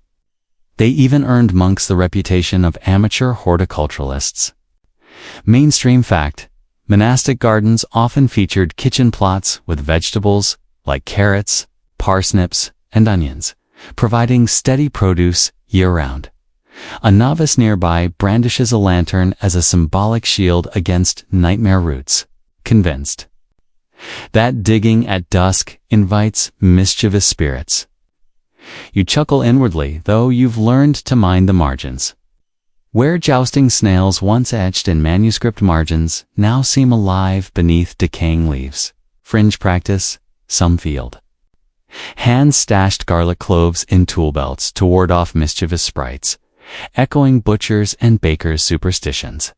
Historians still argue whether garlic was spiritual protection or merely pungent snack between tasks. The mid-afternoon bell tolls, and you rise, stretching muscles that feel both exhausted and alive. Your palms are calloused, fingers tinted brown, and your tunic stained where sweat and dirt merged into an abstract fresco. The scorching sun has sapped color from the sky noon's bright white, shifting toward a golden amber. Light joke: if medieval monks tracked circadian rhythms, they'd have perfected vitamin D deficiency remedies centuries before modern science. A lay brother passes with a water skin, its leather surface cool beneath your mouth. You tilt back the vessel and gulp sweet, cool water, a shock to the system after hours of back-breaking toil. Modern aside, if only today's fitness influencers carried water skins instead of shakers. They definitely trend on social media under hashtag monkhydration.refreshed. You survey the vineyard's edges, where a young oak planted by novices last year now stands shoulder high. You recall reading in the library's vault about monks using oak galls to craft ink. Here, you gently lay a hand on the tree's bark, sensing continuity between tree, ink, and manuscript. Mainstream fact: oak galls abnormal growths caused by wasps were harvested for their high tannic acid content. crucial for making iron gall ink used in scribal work. The final task of the afternoon approaches: harvesting grapes. You follow a wave of novices armed with wicker baskets, stepping carefully along narrow paths between vines. You pluck clusters of plump green grapes, their skins snapping under your nails, juice wetting your fingertips. You pop one into your mouth, tart and sunwarm, most like nature's candy. Light joke. Grape sugar rush without the caffeine. Crash later as baskets fill. You feel the vine's collective wet a testament to months of tending, prayer, and soil turning. Each grape is more than fruit. Its sacramental promise, destined for both altar, chalice, and monastic cup. You work until shadows stretch long across the field, the sun dipping toward the west. Finally, you gather your tools and line them neatly beside the cart. Your body aches in places you forgot existed, but your spirit is buoyed by purpose fulfilled. You follow the laden cart back toward the cloister, carrying baskets of grapes that gleam like polished gemstones. Ahead lies the novices. Trials and teachings where labor and learning entwine further in a different kind of toil. But for now, your hands still smell of earth and grape must, and the taste of sun-ripened fruit lingers on your tongue. You step past the cloister's threshold, leaving the field's vibrant chorus behind, but carrying its rhythm deep in your bones, a living echo of devotion in motion. You follow narrow, torchlit corridors into the novitiate quarters, a world of low ceilings and wooden screens where whispers skitter like startled birds. Here, novices green-hooded and barefoot face their first rigorous tests of obedience and endurance under the watchful eyes of the master of novices. The air smells of damp wool and freshly stacked straw mattresses, punctuated by the distant clink of a monk polishing metal buckles. You settle on a low bench alongside 5 other trainees, each heart hammering with expectancy. Light joke, it's like freshman orientation, except your welcome party consists of chores, cold showers, and mandatory humility. Your mentor enters a stern brother, with a voice that rumbles like distant thunder, softened by a pillow. He carries a leather-bound copy of the Rule of St. Benedict, its pages thumbed to the chapter on obedience. Obedience is the highest virtue, he intones, eyes drilling into you as though he can read every unspoken excuse. You swallow, recalling that under the rule, novices spend a year and a day under probation before taking simple vows. Mainstream fact. This probationary period allowed monks to test their calling and adapt to communal life without immediately committing to lifelong vows. He assigns his first trial, silence for the next 3 hours, broken only by a whispered Deo Grecias. You nod, though you suspect you'll be muttering extra prayers under your breath. Fringe tidbit. Rumor whispers that some medieval novices carried hidden knots in their robes to fidget with, in silence, believing the tactile distraction sharpened focus, though others claimed the knots secretly stored cheese rations. Historians still argue whether such covert comfort items were banned infractions or tolerated eccentricities in early monastic training.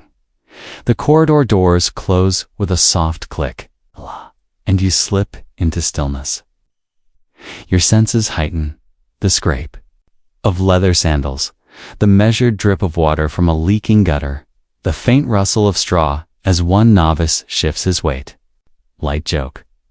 Welcome to the world's first silent disco, minus the music and with better posture. You fold hands in your lap, letting the hush wash over you like warm water after the mute interval. The master directs you to fetch water from the well in the courtyard. The catch. You must carry an unlit taper between your lips, bowing at every threshold without letting it fall. A lamp unlit bears no light, he reminds you cryptically. You step outside. Night air chills your lungs, dew forming tiny beads on cobblestones. The novice beside you nearly spills his taper, chasing a wayward bat that swooped low overhead. You stifle a snort-like joke, number 2, because nothing says spiritual growth like nearly being blinded by your own candle at the well. You lower a wooden bucket on a frayed rope, minding each twist so as not to jostle the taper. The water surface reflects the moon like a pane of black glass. You draw up the bucket, muscles humming from yesterday's labor, and balance it deftly on your hip. A cool drop spills over. Catching the taper's tipped and the unlit candle winks briefly with a tiny steam plume, a ghostly sigh. You hold your breath.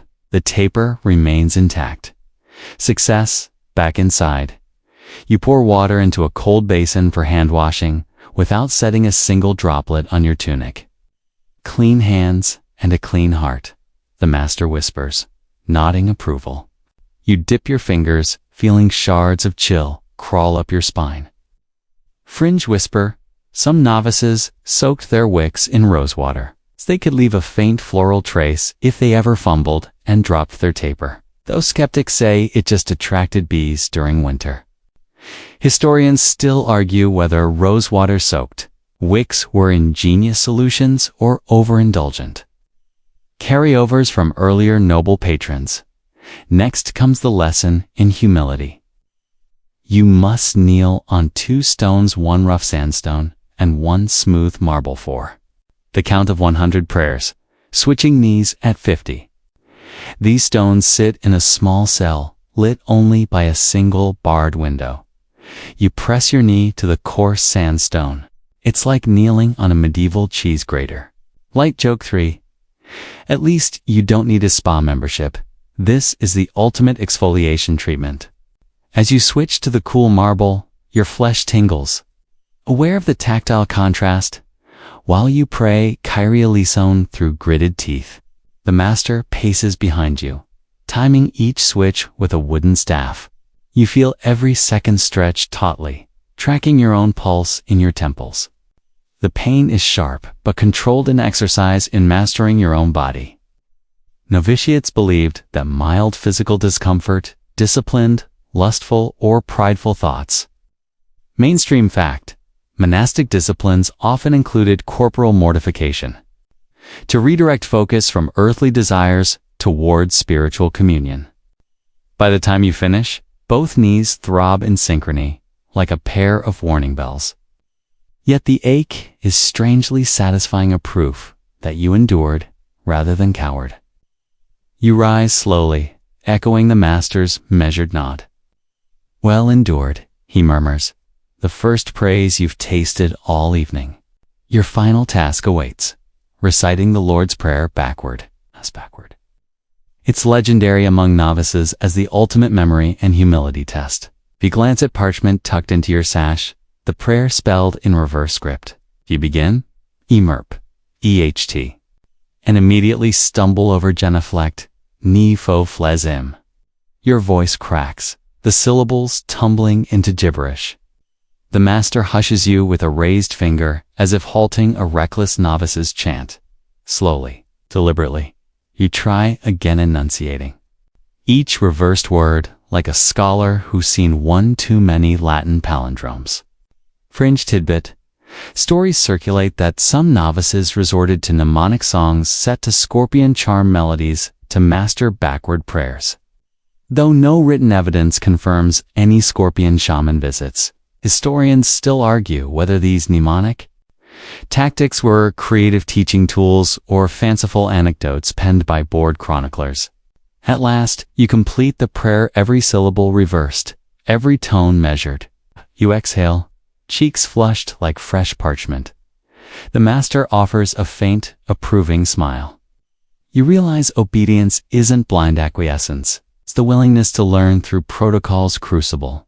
Your final test is simple yet profound. Silence again. But this time, you must carry out 3 assigned chores: polishing brass candlesticks, sweeping the chapel floor, and tying new cords for the bell tower, all without a single word or misstep. You move through each task with careful precision, ears attuned to the slightest creak or clang. When you tighten the final chord, the bell rings once soft but clear as though the monastery itself applauds your perseverance.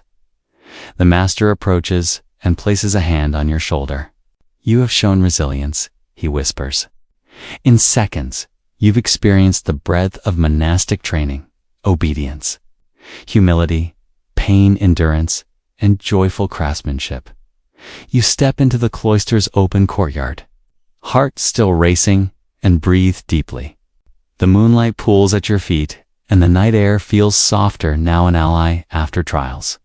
You realize novices aren't just apprentices in sacred work. They're sculpted by challenge into pillars of the community. Your knees still throb, and your throat aches from reversed prayers, but you're more present than when you arrived. As you return to your humble straw pallet, you carry with you the echo of footsteps on stone, the taste of cold water on your tongue, and the silent, measured applause of a bell's toll. You stretch stiff limbs and consider tomorrow's dawn matins, no doubt another trial, another chance to grow. For now, you've earned a moment of rest, the sweet reward of having survived yet another rite of passage in this hidden world. You slip from the novice's quarters into the chapter house, its walls lined with narrow lancet windows that spill pale light onto smooth stone benches. The room hums, with low voices draped in woolen habits, each monk settled in his appointed seat. Latin breviaries open on the ledge before him. A hush breaks as the abbot raises his hand. The hour for doctrinal debate has begun. This is no idle chatter.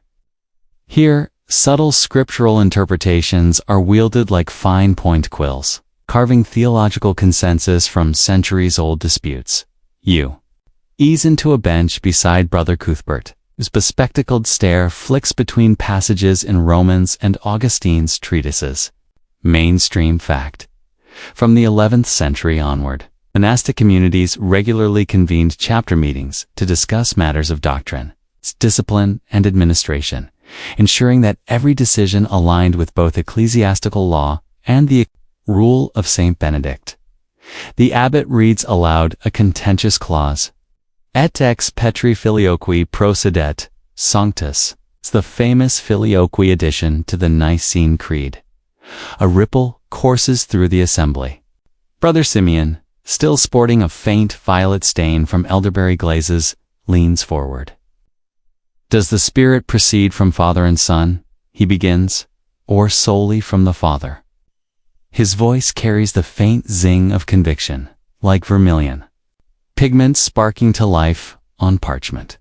A younger monk counterpoints. If the Spirit flows through the Son, then Christ's divinity is primary. Yet, if not, the Father's authority stands alone. He gestures at a margin note in his breviary, tiny inked flourishes, reminiscent of that jousting snail you once spotted in the library margin. Light joke. Even here, we can't escape a snail's duel. Apparently, the lowliest creature still carries weight in high theology as voices rise. You lean in, catching the scent of tallow candles and beeswax polish from the pulpit wood. Brother Anselm clears his throat, requesting that the discussion reference Jerome's Latin Vulgate rather than an earlier Greek codex. You nod at the callback. Jerome's translation famously introduced the filioque, a tweak that helped spark centuries of east-west tension. Fringe tidbit. Some scribes once doodled small dragons beside filioque passages, believing the clause summoned a metaphorical fire-breathing spirit, though serious chroniclers dismissed these scribbles as whimsical heresy. Historians still argue whether such marginal cartoons influenced the seriousness of the debate or simply lightened solemn study halls. A hush falls as the abbot offers an ancient gospel manuscript for corroboration, its vellum pages crackling. With anticipation, you inch closer, fingertips itching to trace the faded lines. The abbot points at John 15:26, when the advocate comes, whom I will send to you from the Father, and asks the assembly, to discern who sends whom. Brother, Cuthbert recites Augustine's argument that the Spirit proceeds et ex Petrae Filioqui, emphasizing unity in the Trinity. Others invoke Photius's earlier Greek objections, noting the Eastern Church's resistance. Light joke. Discussion of Photius often feels like quoting your ex. Everyone remembers the sting. But few agree on the details. You shift on the bench. The stone edge imprinting into your habit, and feel the familiar tremor of coated parchment finger muscles your scriptorium. Wrist remembers well the strains of copying dense treatises. A faint sketch of that reversed Lord's Prayer you practiced last night floats in mind, reminding you that mastery sometimes means unlearning. You realize doctrine, too, is a layered testament to memory and revision. The debate crescendos as a visiting monk from a nearby abbey stands, holding a slim codex of Augustine's works. He offers another angle. Perhaps unity is found not in the Spirit's procession, but in the overlapping roles each person plays. His smooth voice, gentle as spun hyssop oil, draws a nod from the abbot. Yet no consensus settles. Library world had promised closure, but here, nuance rules supreme. Fringe whisper. Rumor says some friars went so far as to perform clandestine exorcisms of filioque demons, though most scholars scoff at evidence beyond a few damp parchments. Historians still argue whether such extreme actions ever truly occurred or if they were logbook fabrications meant to frighten less zealous novices. You ready yourself for intervention? Recalling the rule's admonition to balance discussion with charity, you raise your hand. The abbot gestures your way, and you speak. Might we consider that doctrinal clarity serves communal peace? It's not a revolutionary thought, but it underscores humility and echo of that turtle-shell poultice's promise to mend broken bones. You sense the assembly soften, turning inward on the idea that unity under God might matter more than Cartesian logic. A soft murmur ripples through the benches.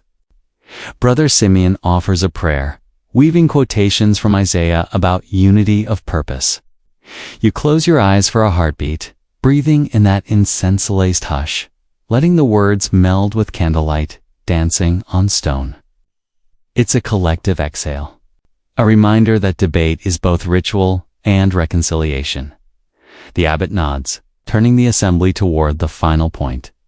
Whether such disputes belong in cloistered silence or public synods, some argue that private deliberation maintains spiritual purity. Others insist that broader councils, even if messy, preserve the Church's unity. Voices cross like quills crossing parchment teach idea, creating its own shaded groove in history's surface. You catch yourself humming the same chant that began matins at Dawn Deus. In agitorium meum, wondering how many psalms you'll need to pray before the creed's final form settles in the communal memory. Light joke. At this rate, the next generation might debate the acid wash treatment of sheep's skin for better ink absorption. Another, some marginal squabble for future scribes.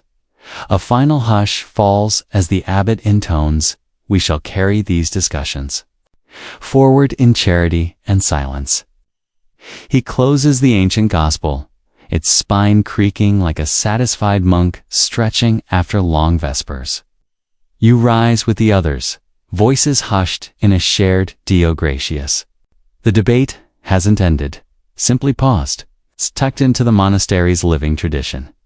Lingering echoes of Latin phrases drift as you shuffle from the chapter house, shoulders light with the intimacy of shared inquiry. Do you recall the jousting snail's grin, the reversed prayers, twisted verses, the crackle of gold leaf in the illumination workshop? Each debate, like each stroke of pigment, deepens your devotion and dexterity.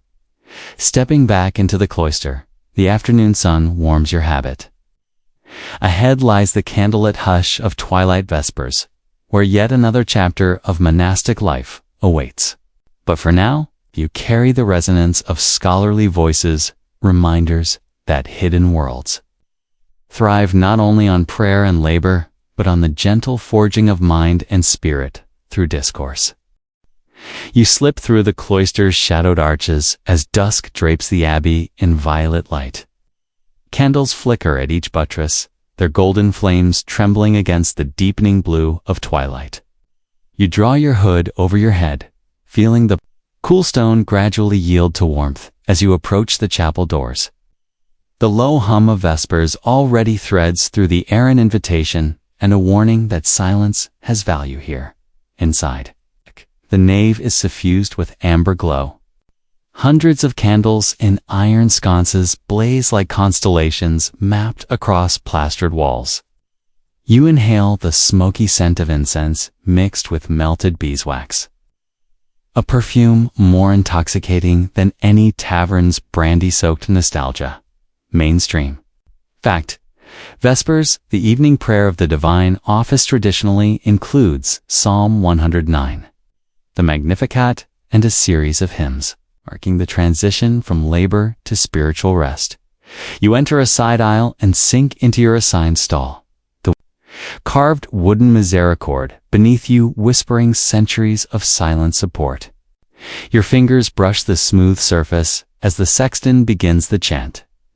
Deus, Deus Muse, ad te, Deluce, Vigilo. Voices emerge from the darkness. First, a single tenor, finally sopranos, layering until the chapel itself seems to breathe with song. Light joke. It's like a medieval surround sound system, except you can't change the track even if you're craving some Gregorian trap, remix. As the psalm unfolds, your mind drifts to that jousting snail in the library margin. You can almost see it slugging along the base of the pulpit, right beneath the feet of archangels. The chant crescendos, and you fold your hands, heart pulsing to the rhythm. Fringe tidbit. Some monks swore they saw shimmering halos of light around each cantor's head during Vespers, quote, attributing it to saintly presence rather than poor eyesight or overhyped candle smoke. Historians still argue whether these luminous visions were genuine mystical experiences or simple optical illusions born from flickering flames. Hymn complete. The air shifts. The abbot's voice rings out, reading a brief lesson from Paul's epistles. You lean forward, trying to catch each Latin syllable as the words tumble from his lips. Bidi pacifici, quoniam filii Dei, vocabuntur. Peace unrolls in your chest. Like a banner, even if you can't resist wincing at the echoing bass that rattles your ribs. Light joke. Those deeper notes feel like an unexpected lower octave in your chest. Kind of like karaoke night gone monastic. After the lesson, a brief silence descends, thicker than plaster. You sense the half-glance of the novice beside you, as though you share a secret understanding. Yes, it's beautiful. No, we're not allowed to giggle. The cantor begins the Magnificat. Magnificat, anima, me, dominum. And fluted vowels float upward, pooling beneath the rib faults. Your voice joins the chorus, each note a tactile caress along your vocal cords. You close your eyes, letting the melody carry you through that familiar promise of hope and reversal of fortunes. Outside, criminals and beggars wander distant streets, unaware that their prayers ride the same night wind you're summoning within these walls. Mainstream fact. Evening services in medieval monasteries served not only as devotional acts, but also as communal anchors, synchronizing the spiritual heartbeat of cloistered life with the broader rhythms of local townships. When the final Amen echoes, you bow your head. Candlelight flickers across the carved choir stalls an ephemeral rain of sparks. Then comes the responsory, a calend response between soloist and choir, weaving scripture and antiphon like fine-spun threads. You catch the soloist's clear soprano pleading, attendite, popul muse, and answer in unison, letting the phrase wash over you in a final exhalation. Fringe whisper. Rumor persists that monks once used these responsories to send coded Messages to neighboring abbeys. Those skeptics label such claims as fanciful espionage fantasies. Historians still argue whether any monastic musical codes ever conveyed secret alliances or merely fueled gossip. The choir's final note lingers before evaporating into stone. The abbot stands, his robe brushing the candlelit floor as he the collect, a short, solemn prayer, sealing the office of Vespers. You bow your head, feeling a soft shiver of resolution settle in your spine. Light joke. It's the ecclesiastical equivalent of a mic drop you signal. That's a wrap. In Latin and whisper Dio, gracias in one graceful move. Candles gutter low, their flames dipping toward embers. A novice steps forward, extinguishing each with a brass snuffer shaped like a dragon's mouth. The hiss and plume of smoke carry a final punctuation, telling you the day's public rituals have drawn to a close. Outside, the last flush of sunset seeps through stained glass, painting the floor in muted rubies and sapphires. You rise with the others, voices soft as falling feathers. In the doorway, you pause to adjust your hood, savoring the hushed peace that follows Vespers. Your footsteps echo like distant psalms at the threshold, each echo a reminder of the vow you renewed with candlelight and chant. This moment twilight, in stone and song, feels like the quietest symphony you'll ever compose with your breath. Stepping back into the cloister, the air feels cooler, more intimate. You watch the extinguished chapel behind you, its empty benches awaiting dawn's return. Ahead, the cloister walkway hugs the evening sky, ready to carry you into the hush of night vigil where silence becomes your only companion for the hours to come. You step from the whispering cloister into the open night, the torches along the walkway guttering low as if yawning. Your breath puffs mist in the silver moonlight, each exhale tasting of dew-soaked stone and crisp air. The abbey's outline is skeletal against the sky roof ridges jutting like spines, gargoyles perched sentinel on the parapets. No flicker of fire escapes these walls now. The only light comes from stars wheeling overhead. It's the hour of vigil, the final canonical office before dawn, when monks keep watch through the night in prayer and silent meditation. Mainstream fact. Medieval Benedictine communities observed the night office matins and lauds sometimes in 2 to 3 hour shifts, casing the cloisters and chanting psalms until the first faint light of day. You walk the outer ring of the cloister, sandals whispering against polished flagstones. Each step echoes deliberately, a metronome to your prayers. Psalmist 119, Dic mihi. You recall that jousting snail in the library, margin accept. Now the snail would be invisible in this dark, light joke.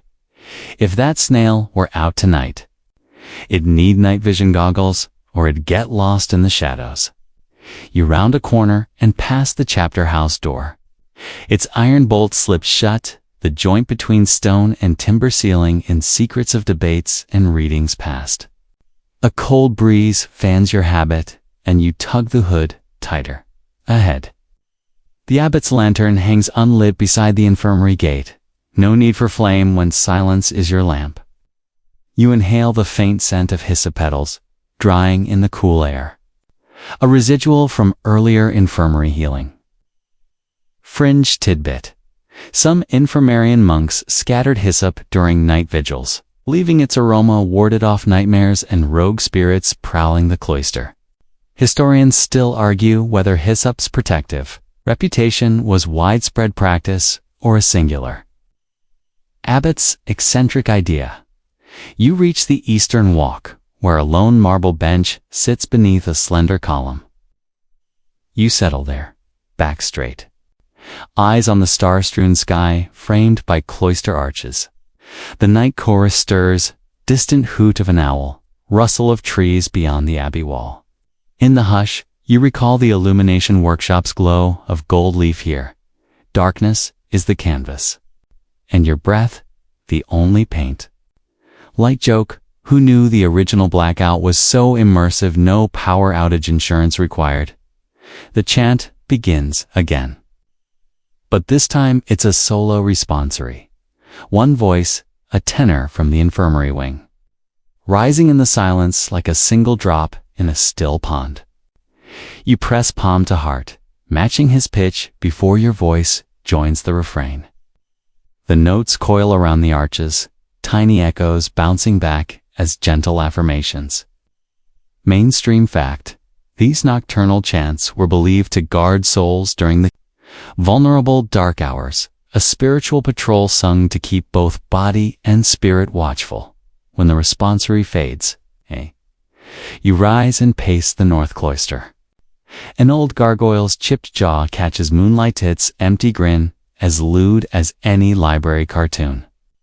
You brush fingertips over its stone cheek, a reminder that even the sternest carvings carried a glint of mischief. Fringe whisper: monks once left. Whispered petitions in gargoyle's mouth, believing stone spirits delivered them to heaven by morning. Scholars still debate whether such petitions were commonplace or later romantic embellishments by antiquarians. Your feet carry you to the refectory entrance, where a single candle still burns by design left to guide late watchers back inside. You step beneath its glow, heart eased by the familiar pool of light and the smell of beeswax mixed with stale barley. The candle's flame flickers as a draft shifts down the corridor. Light joke: it's the monastery's very own nightlight, minus the bedtime story. You crouch to shield the flame with cupped hands, eyes tracing the wax strips that have built layers like a miniature candle mountain. A distant clink reaches you, the cellar porter, checking doors. You acknowledge him with a brief nod.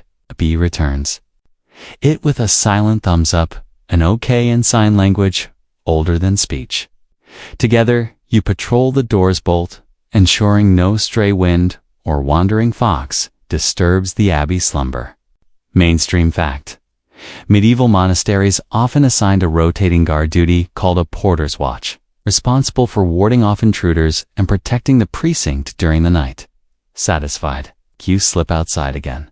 The sentinels, light warm on your back before you vanish into darkness. You continue your circuit, mindful of flashpoints. The scriptorium window, faintly lit in emergencies. The infirmary grate, where late patients' soft wheeze drifts out. Each hum, each draft, each shadow plays into your awareness. You feel alive in a way midday labor never provides. Heightened. Senses tuned to every vibration in stone and air. You pause at the western cloister, resting hands on the cool sill of a mullioned window. The garden beyond is lost to blackness. But you imagine the lavender rose dreaming beneath stars. You recall your pocket's rosemary sprig, now limp and gently fragrant pocket aromatherapy for the midnight hour. The memory of herbal debates mingles with the silent hush.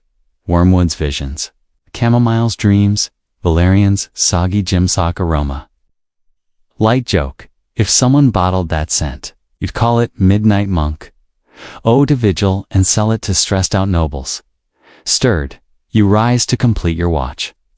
One final lap around the cloister, each footstep measured as a prayer. You trace the worn stone where novices once knelt on sharp sandstone. You step softly past the pulpit where lessons ended at vespers. You sidestep the patched rough bench. In the refectory, where breakfast gruel once clung. This nocturnal pilgrimage binds your journey's threads. Chant, labor, study, healing, and now silent vigil. The hour deepens. You lift eyes to the sky, finding Orion's belt monks sometimes saw it as the Magi's journey, guiding prayers like gifts of gold, frankincense, and myrrh across the heavens. Fringe tidbit: a few monasteries charted constellations, using star positions to schedule feast days and harvest, though skeptics argue those charts were more poetic than practical. Historians still argue whether medieval monks truly navigated by stars, or simply enjoyed celestial poetry. Your circuit almost complete, you return to the marble bench beneath the column. You stand before bowing, a silent benediction of body and soul. The final psalm you murmured on arrival fades into the night's breath. You feel a soft ache of completeness, the weight of your day's monastic odyssey settling into a quiet contentment. You step off the bench and glide through the cloisters. Last arch. The portico beyond is empty, yet you sense the monks lying in straw mats. The novices dreaming of trials past, the infirmarian awake by candlelight, the illuminator's brushes still warm with gold dust. You carry in your mind the echo of each bell, each chant, each whisper of breeze in the garden as you approach the dormitory stairs.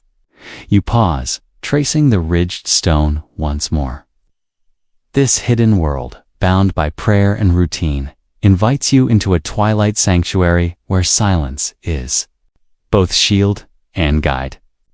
You lift a final breath of night air, steeped in holy hush, and climb the steps to rest.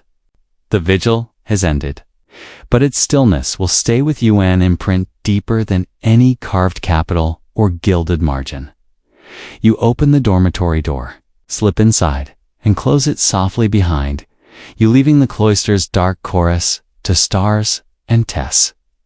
And memory, in the soft hush of the dormitory, the weight of your day dissolves into gentle calm. Each action now is slow. You untie sandals with deliberate care, feeling the texture of worn straps beneath your fingertips. The straw mat greets you, its coarse weave folding around your form like a distant hymn. As you lie down, the muffled chorus of dreams and distant breathings surrounds you, each a small testament to shared devotion. Your mind drifts through the day's journey, dawn's first bell, the echo of chant in the chapel, the scratch of quills, the hush of the vault, the rustle of herbs, the warmth of healing potions, the glow of pigments, the hush of debate, and now the velvet night's vigil. All these moments weave together into a tapestry of sacred routine, a living mantra of ora et labora. The day's labors and lights fold into memory like parchment in a closed manuscript. You soften your thoughts, letting the hum of distant night prayers lull you. The scent of lavender and rosemary lingers on your robes, a tender reminder of garden whispers and healing touch. You imagine the gargoyles dozing on their ledges, snails' silent march in hidden margins, and the leviathan shadows dancing along cloister walls. A silent companion in your monastic world. Your breath lengthens, each exhale pulling you deeper into rest. The candlelight beneath the dormitory window flickers low before giving way to darkness. You feel the stones beneath you pulse with centuries of faithful whispers, as though the abbey itself breathes one last prayer before sleep. In the stillness, you release every tension. Muscles once taut from labor now soften. Thoughts once sharp with debate now blur into the gentle rhythm of night. You've sensed divine presence in absence of sound, a tender benediction settling on your eyelids. Now you drift just shy of waking, and sleeping where prayer dissolves into dream. In this liminal realm, you are cradled by time's softest sigh. Good night, dear travel, asleep in the hush of stone and stars. End of script. Sweet dreams,